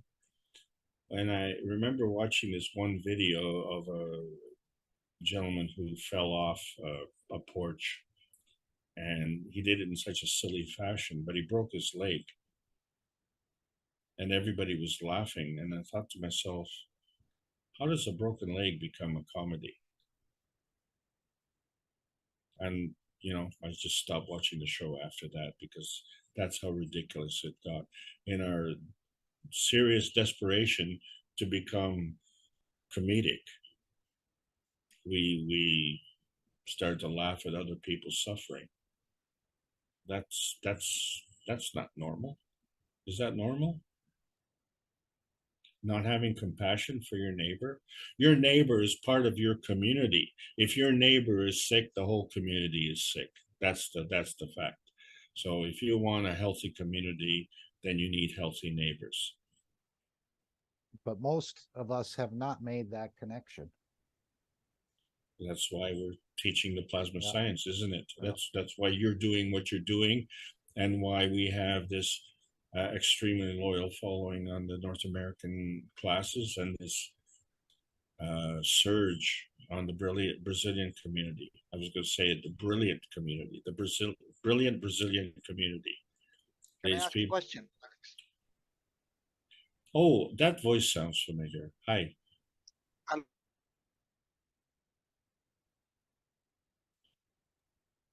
Hello? Oh, no. Come back. Hello? Where did you go? He just dropped out. Was that Jalal? Yes. Okay. He dropped out? He'll be back. He was in before he left. He came back. Hopefully he'll come back again shortly. Okay, I'm having unstable connections also from time to time. Yeah, a little bit of your voice cut out for a couple seconds. I was going to interrupt, but then you came back, so I didn't. If you listen to the recording, you'll probably hear that. Well, it's it's an exciting time. Tomorrow is the 1st of May. And of course, May in Canada is very important, because May has the May 2-4 weekend. So everybody's getting kind of excited about that, right? The biggest excuse to get drunk. And so until the May 2-4 weekend, everybody is housebound, and it's raining today. So there's a lot of pressure on the internet. I'm not being cynical. I'm just telling you the facts of life. This is the facts of our society. This is what it is. That there's no traffic outside. The stores are empty. So, Okay, does someone else have a question? Hopefully, Randy, you saw that about the aeration as well in your question. And Dr. Karim said in the American, hey, can you send me a picture from the environment you have created? Responding to you, Randy. So I don't, if you see that, you can respond to Dr. Karim.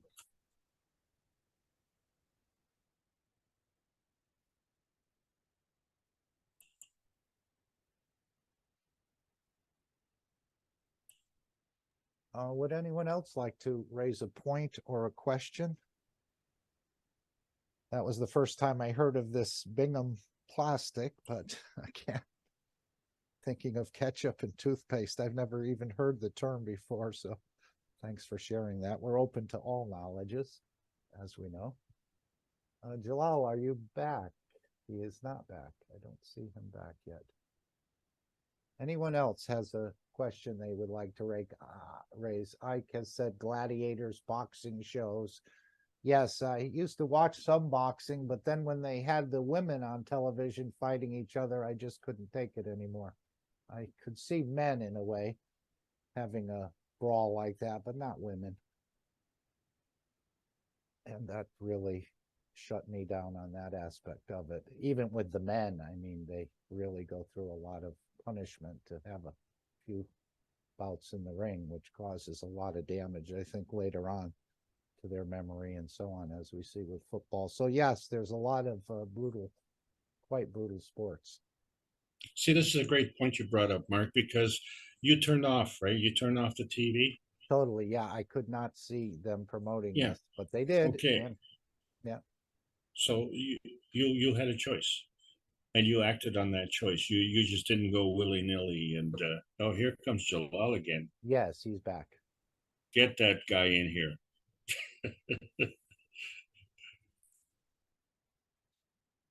But yeah, I made that decision to walk away from that. Yes, Jalal, go ahead. His mic is open. Sorry, guys, I was kicked out. Okay. The picture was jammed, and I am speaking, and then I noticed nothing is there. So where you missed me after the question? Nothing. We heard nothing. You didn't. You just got to start it, and you didn't say anything, and you were gone. Oh, as Mr. Cat said, maybe God did not want you to. Yes, probably. Get to the point before you get kicked out. Okay. Did you hear that? Just I said hello, everyone. Good evening. Yes. Okay. Good evening. Good. Very good. That's more important. Okay. The question: are we really in a peaceful position, or what is our position? Is the whole humanity now in this moment of time better in this respect or worse in respect to all this history of the life of the mankind? I think we are in a very good position with respect to peace. Very, very, very good. Yeah. I think that people are ready for a change.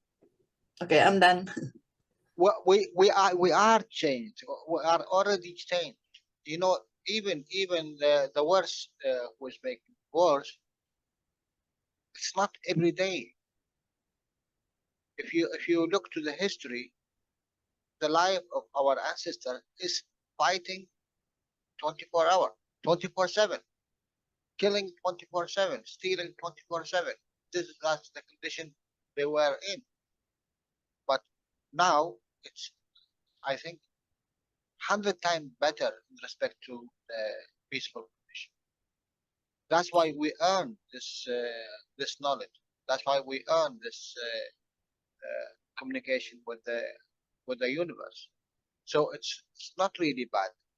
It's a very positive condition. Yes, for certain, Jalal. The thing is that sometimes you have to be so disgusted with what you're doing to force that change. You have to force yourself. And a long time ago, when I was a child, and I was maybe 4 years old, and I remember this distinctly because my mother used to like to talk on the phone. It's a Canadian thing. we love talking on the phone, and she spoke with her friend for a couple of hours. And during that time, she filled the ashtray. She was smoking like a chimney. She went through a whole pack of cigarettes during that phone conversation. And at the end, the ashtray was overflowing on the table. She puts the phone down, and she didn't even realize how bad the ashtray was. And she looked at it, and she just couldn't believe that she smoked that many cigarettes in that period of time. And it was so disgusting. She threw the cigarettes and ashes away and threw the remaining cigarettes that she had, and she quit smoking on the spot. You just have to be so disgusted sometimes with what you're doing to actually wake up and say, you kind of slap yourself Enough silly is and enough. say, Yeah. that's it, baby. Yeah. And we're at Yeah. that point. But, the thing is, what are you seeing on social media? Everybody's all excited now to expose all the criminality and the, the badness that's in our society. But all that does is it really feeds the problem. What we're trying to do at the Kesh Foundation, and you're an integral part of it, Jalal. So I'm speaking to the choir here. You just asked a question, and so we're saying it. We are promoting the solution. We're trying to be part of the solution. So it's not to ignore the problem, but it's not to glorify the problem. There are enough people who keep bringing up the problem, but talking about the problem without a solution is not problem solving. Okay, so if you're part of a group, let's say like the Universal Council, and you want to solve a problem, well, yeah, you have to identify the problem. Okay, but all that does is it takes a few minutes. The 99% of the meeting should be taken up in how to solve that problem. So as the man asked Mr. Cash on Thursday, how are we going to overcome this resistance? And he says, well, just leave it to us. And the reason for that is because we've left it to others. Two things: they did not have the field strength, and they didn't have the higher field strength. They were working on that field, which is the lowest energy. So not only is it the slowest energy, but it's the energy that is being impacted by some other force. We haven't identified that force. We're not talking about that force, okay? What we're talking about is some kind of force that is causing humanity to fight humanity. I'm saying it's not humanity. It's okay. It's really okay. It have to be exist. Alex. No, No. that's why we came. Look. Okay, that's our purpose. Look. They said if you don't experience the night, you will not identify the daylight. If you don't know the wrong, you will not be in the right position. Never, both ways. So if you look to the just it's about a positive point of creation. Just look to the history, where we were and where we are now, where we are, in which point. We gained the trust of the universal community. How many we are? 1, 2, even if one person, even if one person from all these 7 billion and trillions of other entities, if we make a condition of communication with the universal community and they accepted humanity as part of this universal community, finished. How much you need? Okay. 10 years, 100 years, 1,000 years, million years, it's No, make no difference. the whole The program change is coming. is about the elevation of the soul of the man, but yet Mr. Kesh said the soul of the man is already perfect, even as the creator is perfect. So it must be the soul of physicality that needs the elevation.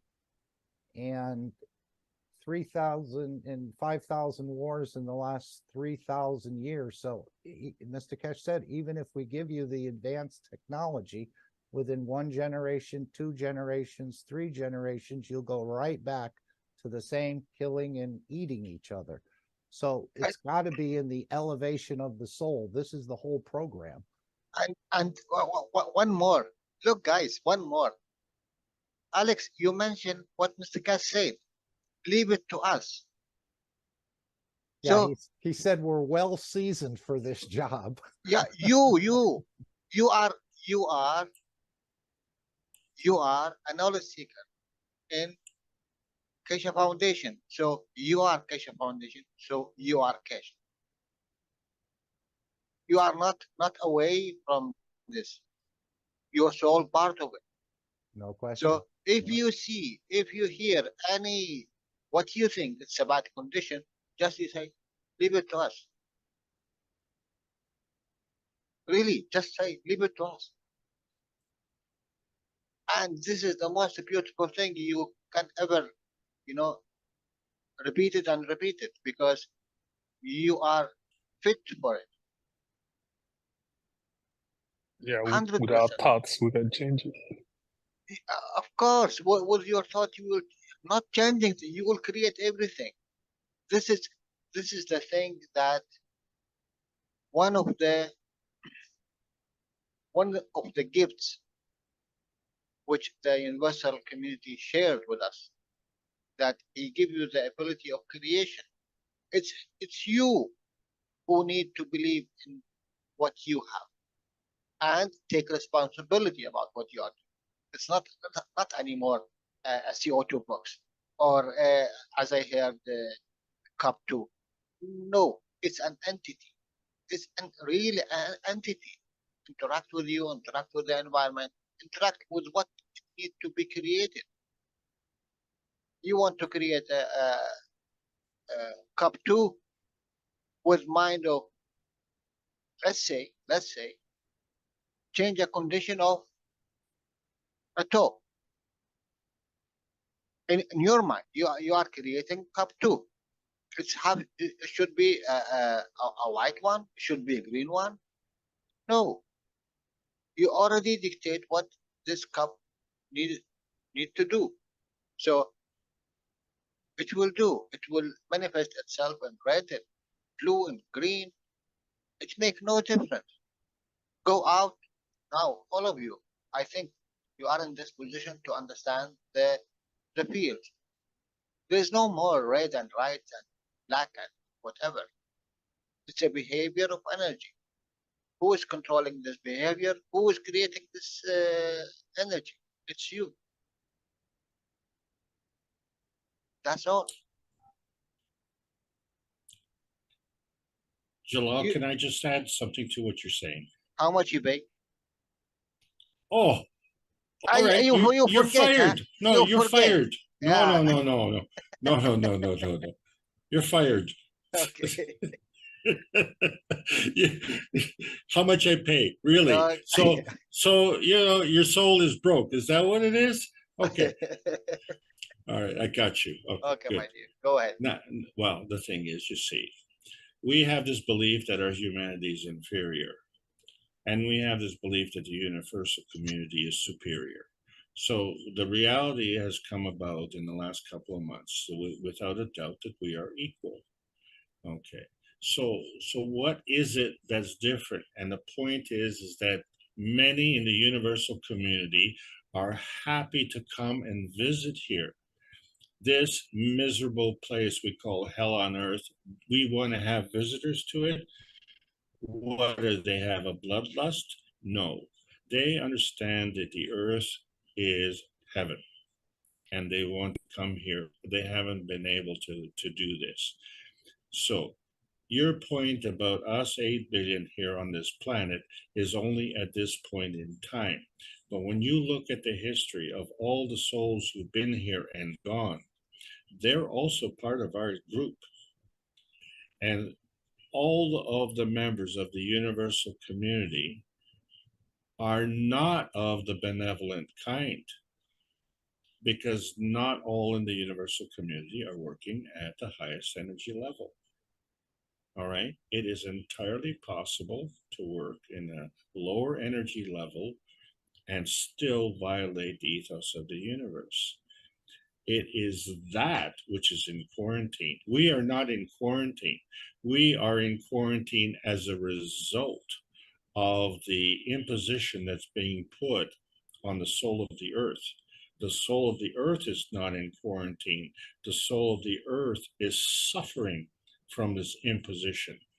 And so what I'm saying is that we are well prepared to honor the ethos of the universe. The earth is well prepared to honor the ethos of the universe. Okay. But what we have to do is change our point of view and understand it comes from the top down, the higher energy from the soul, which is your friend. And so we have broken through with a new technology that it appears all this time now the universal community has not been able to achieve. This is outstanding. This is the shock that we've gotten in since December the 16th. Okay, so this anomaly, this deficiency that we have with respect to the humanoid condition is a fabrication. And now what we've done is we've created the technology which is allowing us to not only modify our experience, but retrograde our experience to the origin. In other words, eliminate the gene modification and bring it back to the fullness of what it should have. Okay, Alex, sorry to intervene. This was one of my things with Dr. Gatwa, and I asked, is the gene now of the seeds better or the original one? And now all of you will say it's the original. But I'm telling you, no. Oh, no, I agree with you. No, you know why? Yeah. Do you know why? Yeah, go ahead. You were born as a baby. Now you're an adult. So You're going to tell me you're not better now?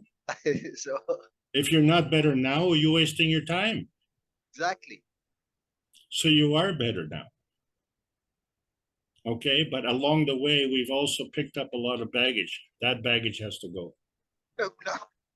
Look, nothing. There is one thing. I think if we see it in a wider, glasses, wider, a little bit wider. If you know whatever happened, whatever coming, whatever come across your road, without the approving of your soul, it will never come. So anything you experience, anything you hear, anything you see, anything you touch, anything you come across, it is with the approval of your soul. That means Correct. That means it is important to identify, to understand, to interact, to connect, to whatever do. In which way? I agree, 100%. Serving. Absolutely. So any package, you or me or any one of us have it or will have it or will interact with it, we have to do something for it. Maybe this package needs help. And who can? No one else than you. Why? Exactly. Because you know the truth. What I'm saying, the truth, Jalal, is that the physical experience is a humanoid asset. So maybe this is the magnificent to be a human. It is. It's heaven on earth. It's an asset, not a liability. If you have an asset and you abuse it, I give you a computer, right? And you're a carpenter and you say, oh, well, you know, I needed that. I have this nail that I want to hammer into some piece of wood. You have an asset as a computer and you want to use it as a hammer? What are you, an idiot? Yeah, humanity is acting like idiots because humanity is killing humanity. Our asset of humanity, the richness and the rewards of being a human, are being subverted, undermined by other humans. That's unnatural. Something's wrong. So we cannot do it at the physical state. We have to do it in the plasma state. The plasma state is the true state because that is the state that we were born in. We were born from plasma, and we created our baby ship on Earth with the heart first, the emotional connection. Then came the brain, and then came the memory, because the memory that we have in the consciousness is the physical manifestation of the unconsciousness. But the unconsciousness follows the rules of the universe, and the unconsciousness brought us here, and we trusted that. We had to trust it. We had no choice. Given no choice, that's what happened. And so you came here, and God bless you for coming here, okay? Because this planet is better today for you having been here. Each and every one of you, this planet is better today than it was yesterday for you having been here. Well said. Thank you.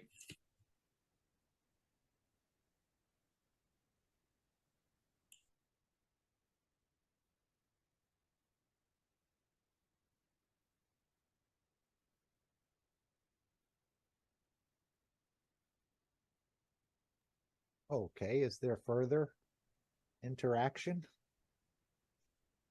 Would someone like to raise another question or share something that they've experienced? Anyone? Go ahead. Mark is Dean here. He's here. We got him. Good evening. Good evening. His soul brought him here. He's not here on his own. No, the fishing hook brought him here. Yeah, you used Jalal. I wonder what was the bait. Yes, Jalal, I wonder. I wonder. It's the conversation is interesting in the fact that in the illusion, in the plasma, that all the souls present have a very significant position, and we know in the totality of them all coming together, it's the elevation of the soul of man. And in the physical form, we see lots of different interactions, abuses that seem hard for us to receive and to understand. On a soul level, the souls are all interacting, communicating, and allowing everything to happen, because it has to in that particular time, place, and position. It's the we all know that the script is being written in every single moment, and so that as physical beings, we are experiencing what we need to experience, and the aspect of being fantastic present. understanding, Dean. Thank you. Yeah, we all have, we all interact with each other constantly. The fields are in constant motion, and they're always going to be in any instant. There's, I interact, I say a word, I have a thought, and this travels across the planet, across the universe. And the one thing mankind has yet to fully grasp is the interaction of the thought and the conscious deeds and the the manifestation of the physicality. These actions, words, and thoughts are carrying across further than just. There's no barrier. There's no passport. There's no. There's nothing to stop it from going on out further. And so this constant recording of humanity is being played across the universe. And can you imagine, for a peaceful, totally benevolent soul listening to this this chaos, then it just has to turn that off and listen to the soul aspect that is the pure beauty of a human being and all creatures created. And we still have this wonderful thing as human beings where we are so consumed by our own being that we sometimes forget all the other interactions, all the other souls that are playing a position constantly with us. You know, from a grain of rice to any matter state condition on the planet Earth, they all have souls. So it's not just humanity. We have the sphere that is, you know, Earth. We have the moon interacting with us. We have all the planets in the solar systems. All these souls are in position, and I don't know about you guys, but I've noticed many new souls that seem to be in the night sky that all of a sudden they take you look at it and think, where did this particular star come from, this soul that seems to be placed, and then it suddenly I look another and in the next evening and it's not there. I'm thinking, well, what was that? It's different, and it's just being aware of the environment and the conscious thoughts and interactions that are taking place in each and every moment. And sometimes we don't always see it in the matter state. We don't, because we're so consumed with everything we've spoken about today, what's going on and all these interactions that are causing, you know, so many different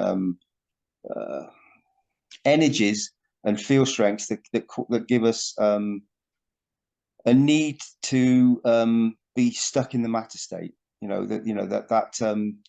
That constant knocking on the door, that is the ringing of the phone, that is the interaction of you being physical and the environment constantly just being present. And then you tap into this and you step away from the soul aspect. And so you start creating in the wrong way, the cycles being interrupted constantly.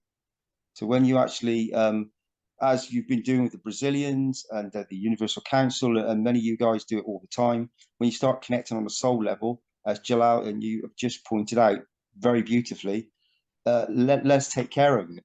And that's a wonderful thing to say, because the knowledge seekers, the KESH Foundation, can take care of this and are doing this. So that was a beautiful thing that Jalal said there, and I thank him for that, because that's a wonderful thought. And a very true interaction. And I know that Mr. Kesh and all this knowledge has been placed, time, place, and position for a very long time. And we're all a big part of it. And we all understand the beauty of the soul aspect and interaction, and knowing we are, each and every single one of us, here for an exact reason at this precise moment, interacting with all the other souls. And it is a very beautiful interaction to be part of when you step back from the the interactions that are happening on a daily basis around us. If nothing is right and nothing is wrong, then I know it seems very harsh. However, that is an interaction that the souls have decided upon, almost, but it's in constant motion. So it's taking place with every, as I speak these words, as an interaction is happening somewhere else on the planet. It's an interaction. Dean. Yes. Dean, make it short. At least me and Alex, we can get everyone 250. Sorry. If you go further, you will get it all. Jalal, I'll keep it short. I'll let you have a go now. The ball's in your court. No, go ahead. Take the 500, no problem. No, I'm done. No. Gold is going to be 500 a ton versus 63,000 a kilo coming up in the very near future. All the elements will be pretty much equal. They already are. There's a big understanding that's taking place amongst the knowledge seekers and the beautiful teachers here, They've been giving this for a very long time now, and everything's in position, and the understanding is there, and the knowledge seekers are in position. The souls are there present, and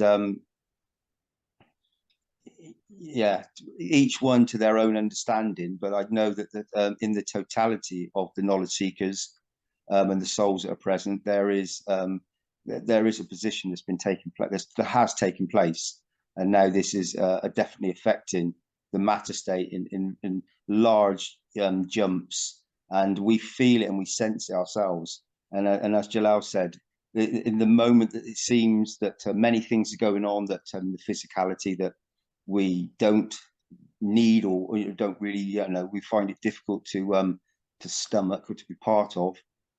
However, in that moment, it means that there's great change and a golden opportunity in this moment for it to change to the next level, to the elevation, and then that peaceful state.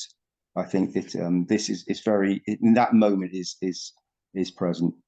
It's a taste, it's a taste for your ability of changing for the better. Yeah.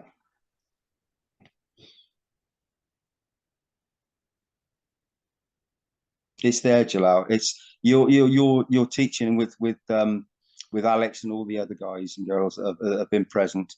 It's raised, it's elevated, and Mr. Kesh has positioned everybody, and in so many different ways.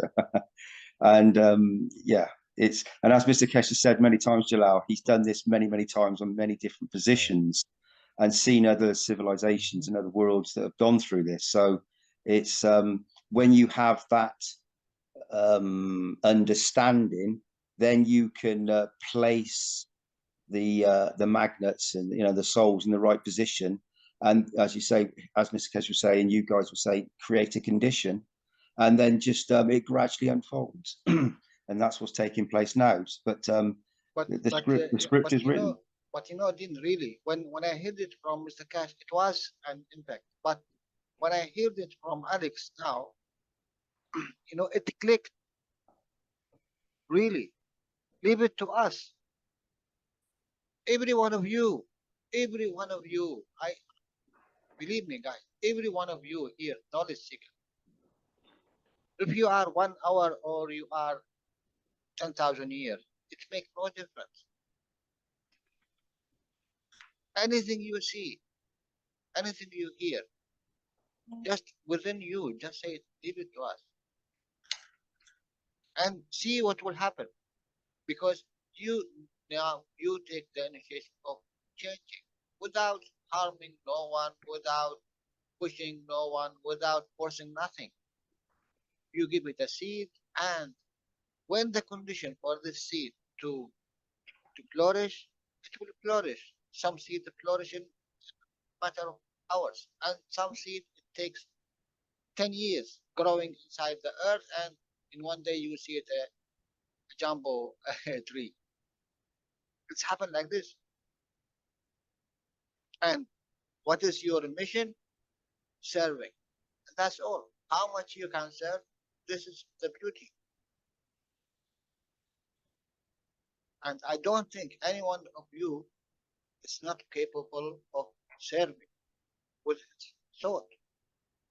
And this is the highest in respect to what we are learning.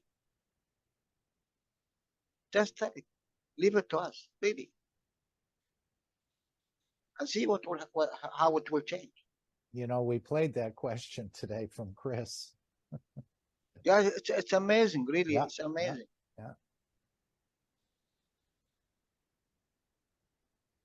Yeah, it's a very beautiful. And you know what? Just within yourself, anything you see, just tell it, leave it to us. You see the big smile in your face. You see the happiness within you. Just if you say it, it will make you happy. So what about really? If you are, leave it to us. So You make the 100% for the better. And I'm sure there's a number of crafts coming from around the universe, but since they're operating in the matter state, even though they're going quite fast, it's going to take them some time to get here. So I'm sure all this is, the word has gone out that the planet is just about, he said, ready to go through this or start this process. And in that video where he says it's not going to be one or two crafts in the sky anymore, it's going to be hundreds and thousands of them. So I think they're coming. He said all souls are returning. So I think they're coming from around the universe, but they're going to arrive at different times because of the fact that they're in different positions. And if they have to travel, it's not instantaneous unless they're souls operating on the energy level. If they have to come in the physical craft, it's going to take them a bit of time, as we understand it, to arrive. But I think they're all heading in this direction, or many of them are heading to welcome the birth of the new child. And this is why we'll start to see things in the sky in the coming period. I think we'll all be doing some sort of supporting roles in this great play. As we know, Mr. Kesh has developed the systems from a soul generating system to transmutation to energy, wellness, and the rest of it. None of us, I don't think, can put those systems together. They're so advanced and so many hidden technologies and technologies we're not even aware of, but we're all, in a way, part of this whole program. But we're going to see many, many in the skies returning for the party. But they're going to come and appear at different times because they're in different locations in the universe. And if they have to put the craft through if they're in the matter state and they're traveling, they'll be here, but at different times and places or positions, I think. Because it's going to take them a bit of time to arrive. So this is why we'll start to see craft in the skies, I believe, because they're here to welcome the new child. Leave it to us, as was just spoken. So who is us? And it's the soul present. And in this moment, it's here, it's now. And the souls are, the souls of physicality that for some that need to catch up. However, the soul is already in that moment, and just the present moment on planet Earth with these slowed down fields, it seems to take a little bit longer, as we know. However, in this precise moment, the soul family and everything else on the planet is in this condition that we wish it to be. We are creating in this precise moment. And so when the knowledge seekers, as it's been spoken, leave it to us. That's you. Think, speak, and act. And it's done. Thank you, Mark. Thank all of us. We're all part of this program.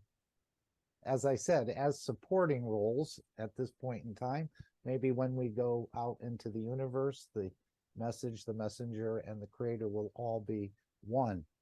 As Mr. Kesh said, you'll think like I think, you'll speak like I think, and you'll understand the way I understand. So this is all coming in the future period.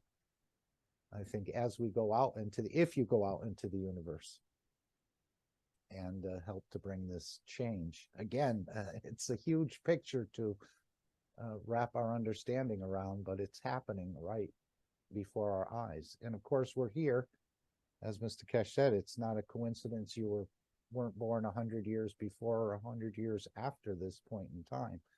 So we're all playing a role. It may be a small role, but we're all playing a role which will grow into a much larger role over time.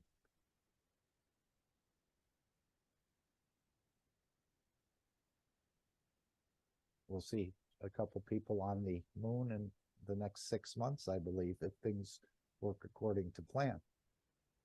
And I think there's many more announcements to come out about peace breaking out here and there. So it's probably breaking out in quite a number of places around the world. And this whole idea of these wars and this killing is going to start to subside. And as Mr. Kesh said, mankind is basically peaceful.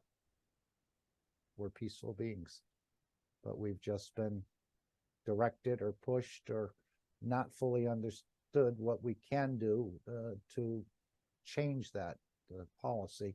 But it all comes back to the soul of the man elevation. Even with all the advanced technologies, we'll go right back to it if the soul is not elevated. And it must be the soul of physicality that he's speaking about, this little chap. As he said, Alex, you were talking about inertia, but I think a couple workshops ago he was talking about taking the inertia out of the soul of the man. Because if that little chap manifests in a certain place, he may go back to the same behavior. So there's a number of things we still have to really understand about this knowledge. It's still going to take some time, but we're moving beautifully in a beautiful, peaceful direction, I think. Well, that's exactly whatever we've learned up until now gets us to the next stage. So everything's a stepping stone. And I just want to take this opportunity to let everybody give thanks to everybody for letting me make this presentation today and continue on this series. And I really appreciate the terrific input from all the panelists today.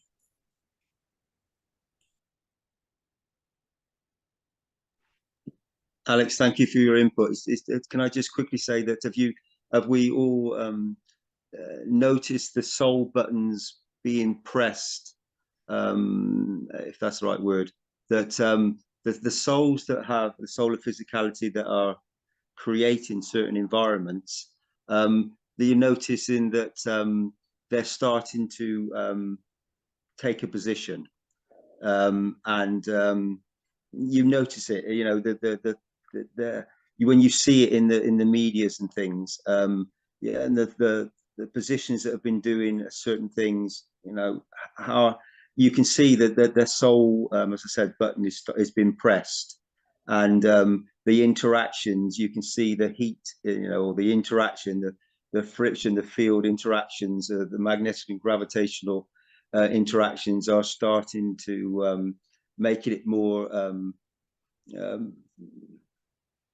more of an understanding for their own physicality and their soul to come slightly closer together. And I think we all feel and sense this, the fact that they are starting to wobble a little bit, and know that there's a moment in time, this precise moment, where things are definitely in motion. Gone with the wind. The 500 is gone. Yeah. Yeah. Go to sleep. It is midnight in your place. Not quite. Alex, my dear friend, there is no even 250. He took everything.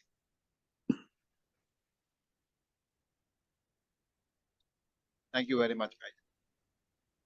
Yeah, thank you, Well, Jalal. we'll just see what happens next week, guys. Thank you.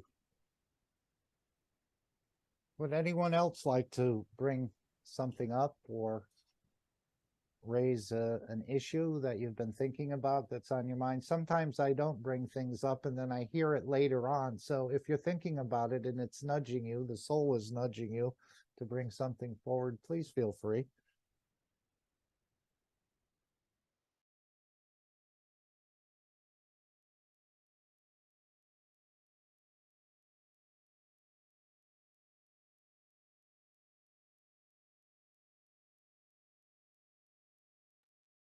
Okay.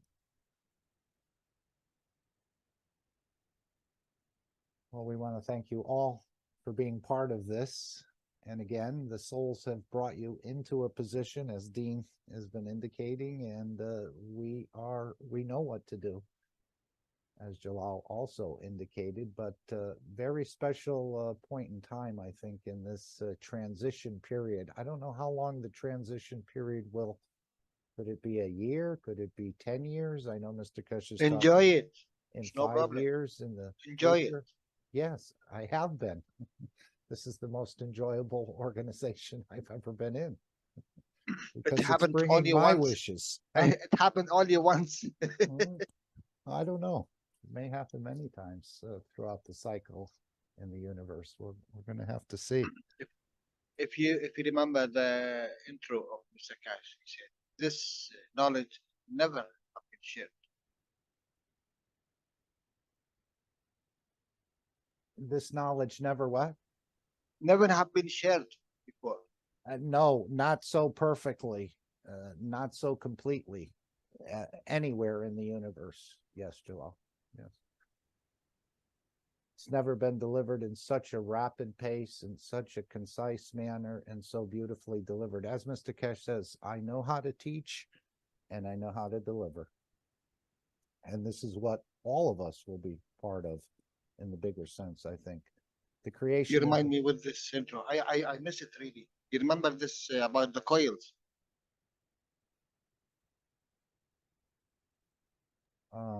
No. When he speak about the coils, how he taught us how to make the coils by fire, by nano coating. Oh yeah, put a little CO2 and zinc Yeah, on it. yeah, Yeah, yeah. you've It's connected beautiful. And beautiful. I don't even think, Jalal, we've understood it very deeply because we haven't gotten to that totality understanding yet. So he tells us a lot of things we think, or I may understand it differently than you, different than another person, but we really haven't got that solid foundation yet. But we're working in that dimension. We're still learning how to drive, so to speak. It is everything in the front of our eyes. No But question. But we think it's hidden. Infinity, yes.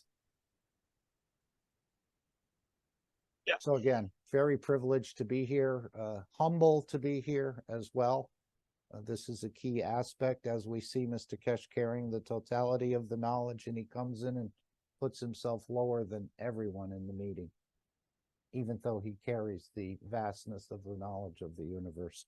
So this is a lesson for all of us. And apparently the absorbing of this knowledge or of the plasma or the fields requires a degree of humbleness. I can't remember exactly how he said, but the creator is small, weak, and a giver. And isn't this the black hole and so on and so forth? It's so weak that everything else is pulled in towards it because of the law of the plasma, the stronger feeding the weaker, but only so it can turn around and give back to the creation everything that it takes in, so that new life and new entities can form out of this black hole. As I understand it, and again, I think it's quite much deeper than any of but us see, can Mark, imagine. Yes. the way you've just explained it in the last couple of minutes is the way a new knowledge seeker can receive that information and convey that information again. Because that's the whole point. What's the point of learning What did I something? say? Well, the energy comes in. You were just a black hole, No, right? right. So the energy comes in. So you are receiving all of the energy because you're highly gravitational. It is only from there that you can give. And so you can continue to receive because you are giving. You can't give nothing. So you have to receive. That becomes the essence of the gravitational stability. But in order to maintain that, you have to give. Well, And this is the difference. Yeah, he did emphasize that many of us are going to question the integrity of the knowledge we think we understand. So there's some new revelations coming in the near period, or the next step per se. So there'll be some opening up of many of our eyes, and perhaps this will also create another position for us to work from. Yeah, but you have to remember that the average person out there, and we're probably talking about 94, 95% of the population is totally unaware of the cache technology. What they are aware is that there's something wrong, and they are grasping for solutions. In the majority of cases, those who are aware, they are grasping for physical solutions. And all I'm saying is nothing wrong with that, except is they're drawing from the lowest energy state.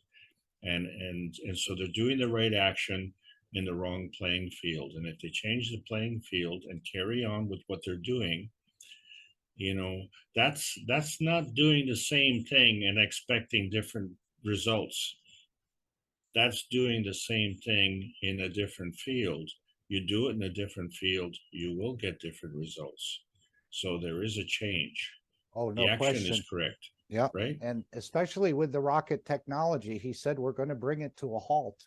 So there must be something that's about to be revealed on this planet that's making we know what it is, but the majority of people don't. But when they see it, this idea of burning the rockets and the rest of it is coming to quite a rapid halt, I think, and a different understanding of the real way to move in the universe. But we'll see.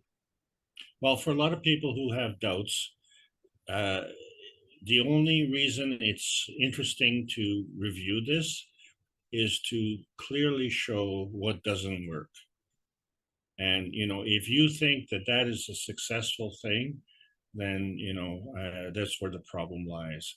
You know, you'll look at that and, you know, you really have to twist and contort yourself to figure a success in there. That is a total abject failure.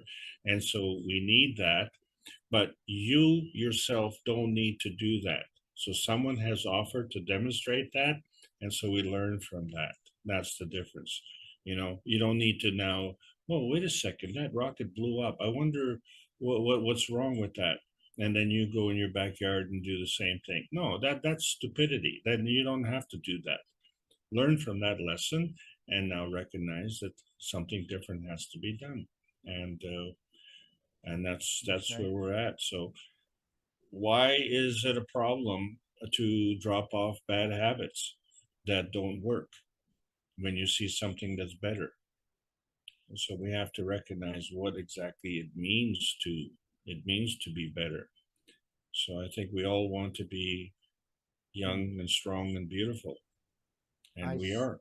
Yes. I see Hassan has put in, I have been hit beautifully by the addiction session. Testimonial coming up soon. Ed said, do you wish to share today, Hassan? And Hassan is one of the unsung heroes, as Mr. Kesh referred to him, of the Kesh Foundation. Hassan, is there anything you'd like to share with all of us at this point?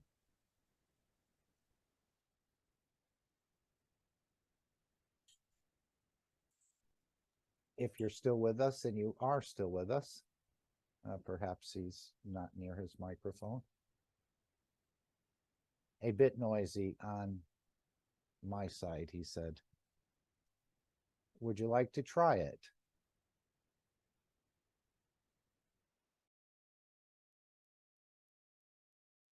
Yeah, I can give it a try. I don't know if you're hearing cars passing by. Okay, we hear you. Yes, I don't hear cars passing by, but we're used to that in Bangladesh and other places. More swag. Hi, everyone. And you're in Liberia? I'm No, in Gambia. The Gambia. Gambia. Okay, thank you. Yeah, first of all, I would like to thank each and everyone, and especially those who have donated, or the one which could not afford participating in those beautiful sessions. So I have been part of those who have been chosen to be offered that addiction session, which we got on Friday. And it was so crazy, unbelievable, beautiful science we are in, everyone. And yeah, we have had moments of silence. And after the session, 2 hours later, I can say that I get rid, was not expected. I would not think that it was so fast.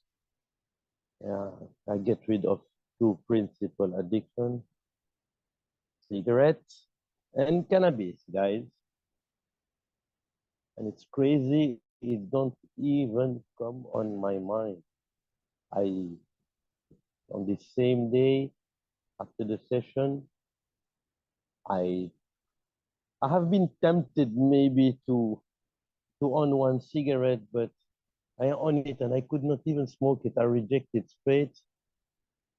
The next day, the same, on Saturday, around 3 o'clock in the afternoon, just been tempted to see. I don't know why, because I'm so used to smoke and I smoke too much. I'm a heavy daily smoker. When I tell you heavy, guys, it's really 20 cigarette, 20 tobacco. I smoke tobacco, not cigarette, or natural tobacco, but a heavy daily smoker, heavy daily cannabis smoker. And I'm telling you, it's something so crazy. It do not even come to my mind. I feel no, and don't know how to tell you. It's really, I don't think about it. Usually early morning, first thing, my coffee with cigarette, coffee with tobacco. Anything I drink, I have to on the tobacco. Is it a tea? I have to on the tobacco. If it's a juice, I have to on the tobacco.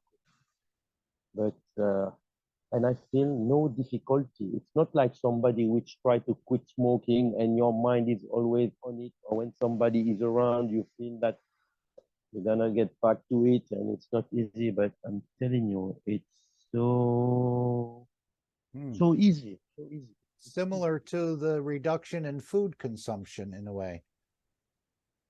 Look, even the food, I'm not feeling hungry, but I'm having dinner. I had dinner today. I had dinner yesterday, Saturday, and I had dinner before yesterday.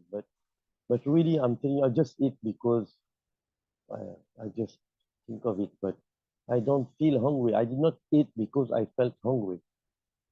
I just ate because, yeah, maybe there's a process of this 1 week or 2 weeks, because as I remember, Mr. Kesh said, after 2 weeks, yeah, come back with your feedback so that we can try to see.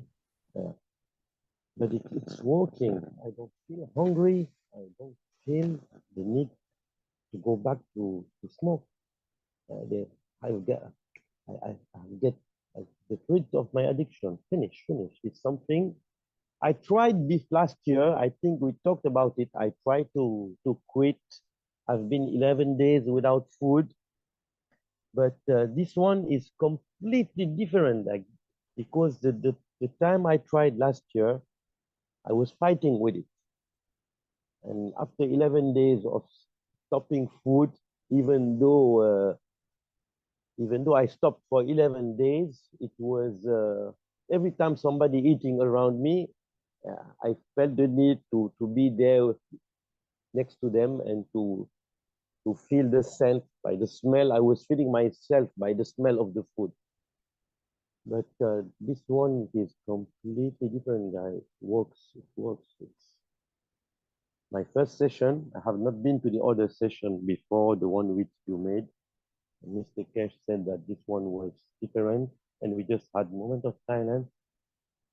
And anyone who has problem with any addiction, guys, go for it now.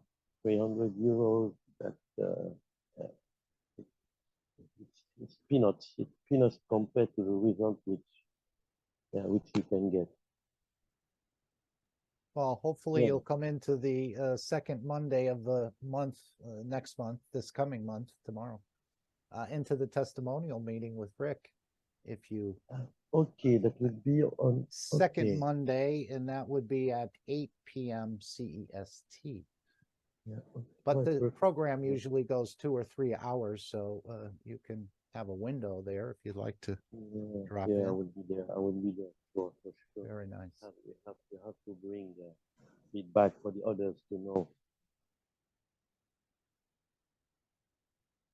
Yeah, that was it, guys. Thank you. Thank you very Thank much. you. Thank you all. Thank for you, Hassan, for so nice sharing to be with us. part of this beautiful journey. Thank you, Hassan. That was beautiful. Yeah, most welcome. Most welcome.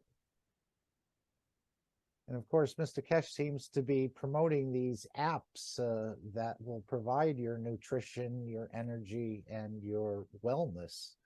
So it's all going to be delivered plasmatically, as I understand it.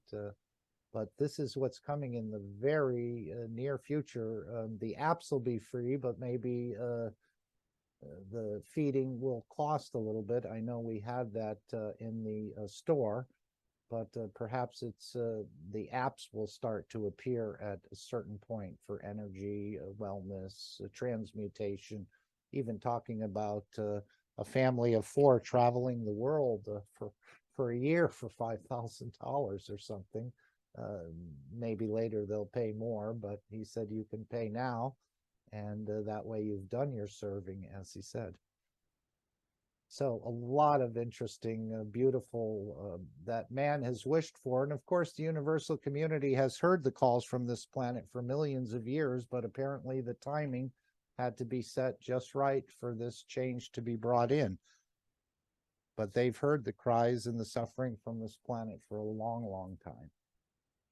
And that's where Mr. Kesh has stepped up and decided to take on this mission. And we're all part of it. We're sort of supporting souls in this big play written by Mitra, as I understand it. And of course, the creator and Mitra are here at this point in time. So success is guaranteed.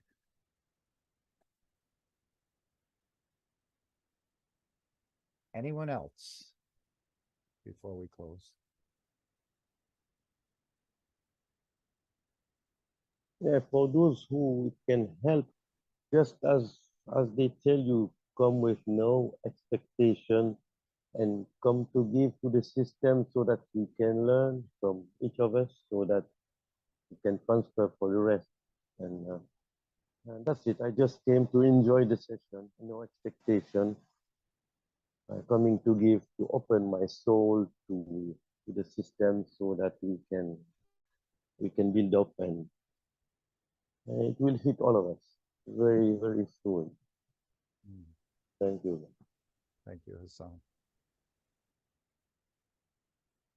Okay, and there's many other events going on. Yes? Somebody? Okay.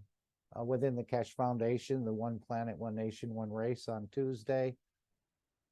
The Kesh Plasma Reactor Group, 7 a.m. on Wednesday, the Knowledge Seekers Workshop, and all the rest of the language communities. Hopefully we'll make up a little video that I can play at the end rather than having to remember everything. But there's many opportunities for you to interact. And as Mr. Kesh said, you don't even need to speak the language of that community. You just link to the soul of that language, and you'll understand, maybe not in the physicality, but on the soul level, and the soul will transfer it or take it in and incorporate it into the physicality in a way.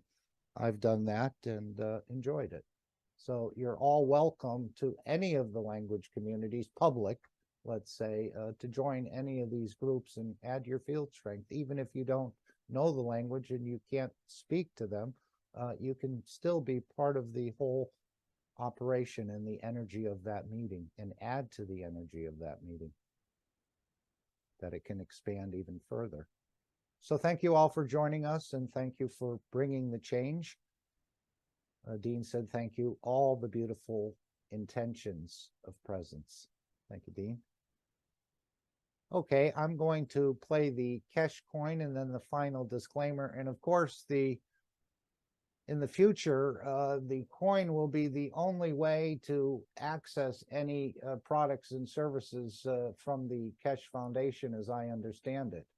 I know some of the banking has changed, but this is being set up, or it has been set up, that you will purchase a Kesh coin, and that will be applied to any of the products or services that the Kesh Foundation is offering. And the beauty, I think, of it is that even if someone did steal it, they can only use it within the structure of the Kesh Foundation. And of course, each coin is numbered. I'm sure or has some sort of identifying code on it, so no one can actually ever take your cash coin. And there is a 3% interest, I think, that's guaranteed. It's not for speculation, as Mr. Kesh said, where some of these other coins, you're a millionaire one day and you're broke next week because of the fluctuation of the value of the coin. But this is the way the Kesh Foundation is structuring this whole program. Is right now you can still pay for it in the store, but over time it'll all be taken out of your cash coin, and that may be a little bit secure than what we're seeing going on in the bigger banking structure at this point in time. But it's all been laid out quite beautifully. As Mr. Kesh said, he's planned this for centuries. So if we think we can outthink him, or we have a better way of delivering it, I don't think that's quite possible yet in our position. But down the road, we'll operate, I believe, in the same manner as Mr. Kesh is doing, because the universe is very large, and there's probably many civilizations out there who are in the same position we are. So we'll understand this, and we'll understand how to deliver it properly. And many new structures coming up within the governments, delivering to their technology, delivering to their citizens, and also teaching the knowledge as well. There's many things. Again, most of it is all hidden in the background, but it's all going to be coming open for the whole of humanity to witness and experience and be part of this whole process of bringing this planet into a peaceful condition, permanent peaceful condition. And then, of course, interacting with the universal community. Any other thoughts? Okay, we're going to play the cash coin and then the final disclaimer, and the meeting will, oh, I better take the screen if I haven't. Let's just share the screen. Okay, oops.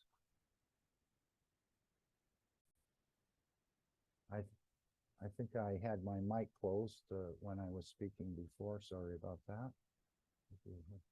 But anyway, appreciate everyone being here and bringing the change. The souls know what they're doing. They're interacting, even though the physicality can say it's a long way off, or this won't happen.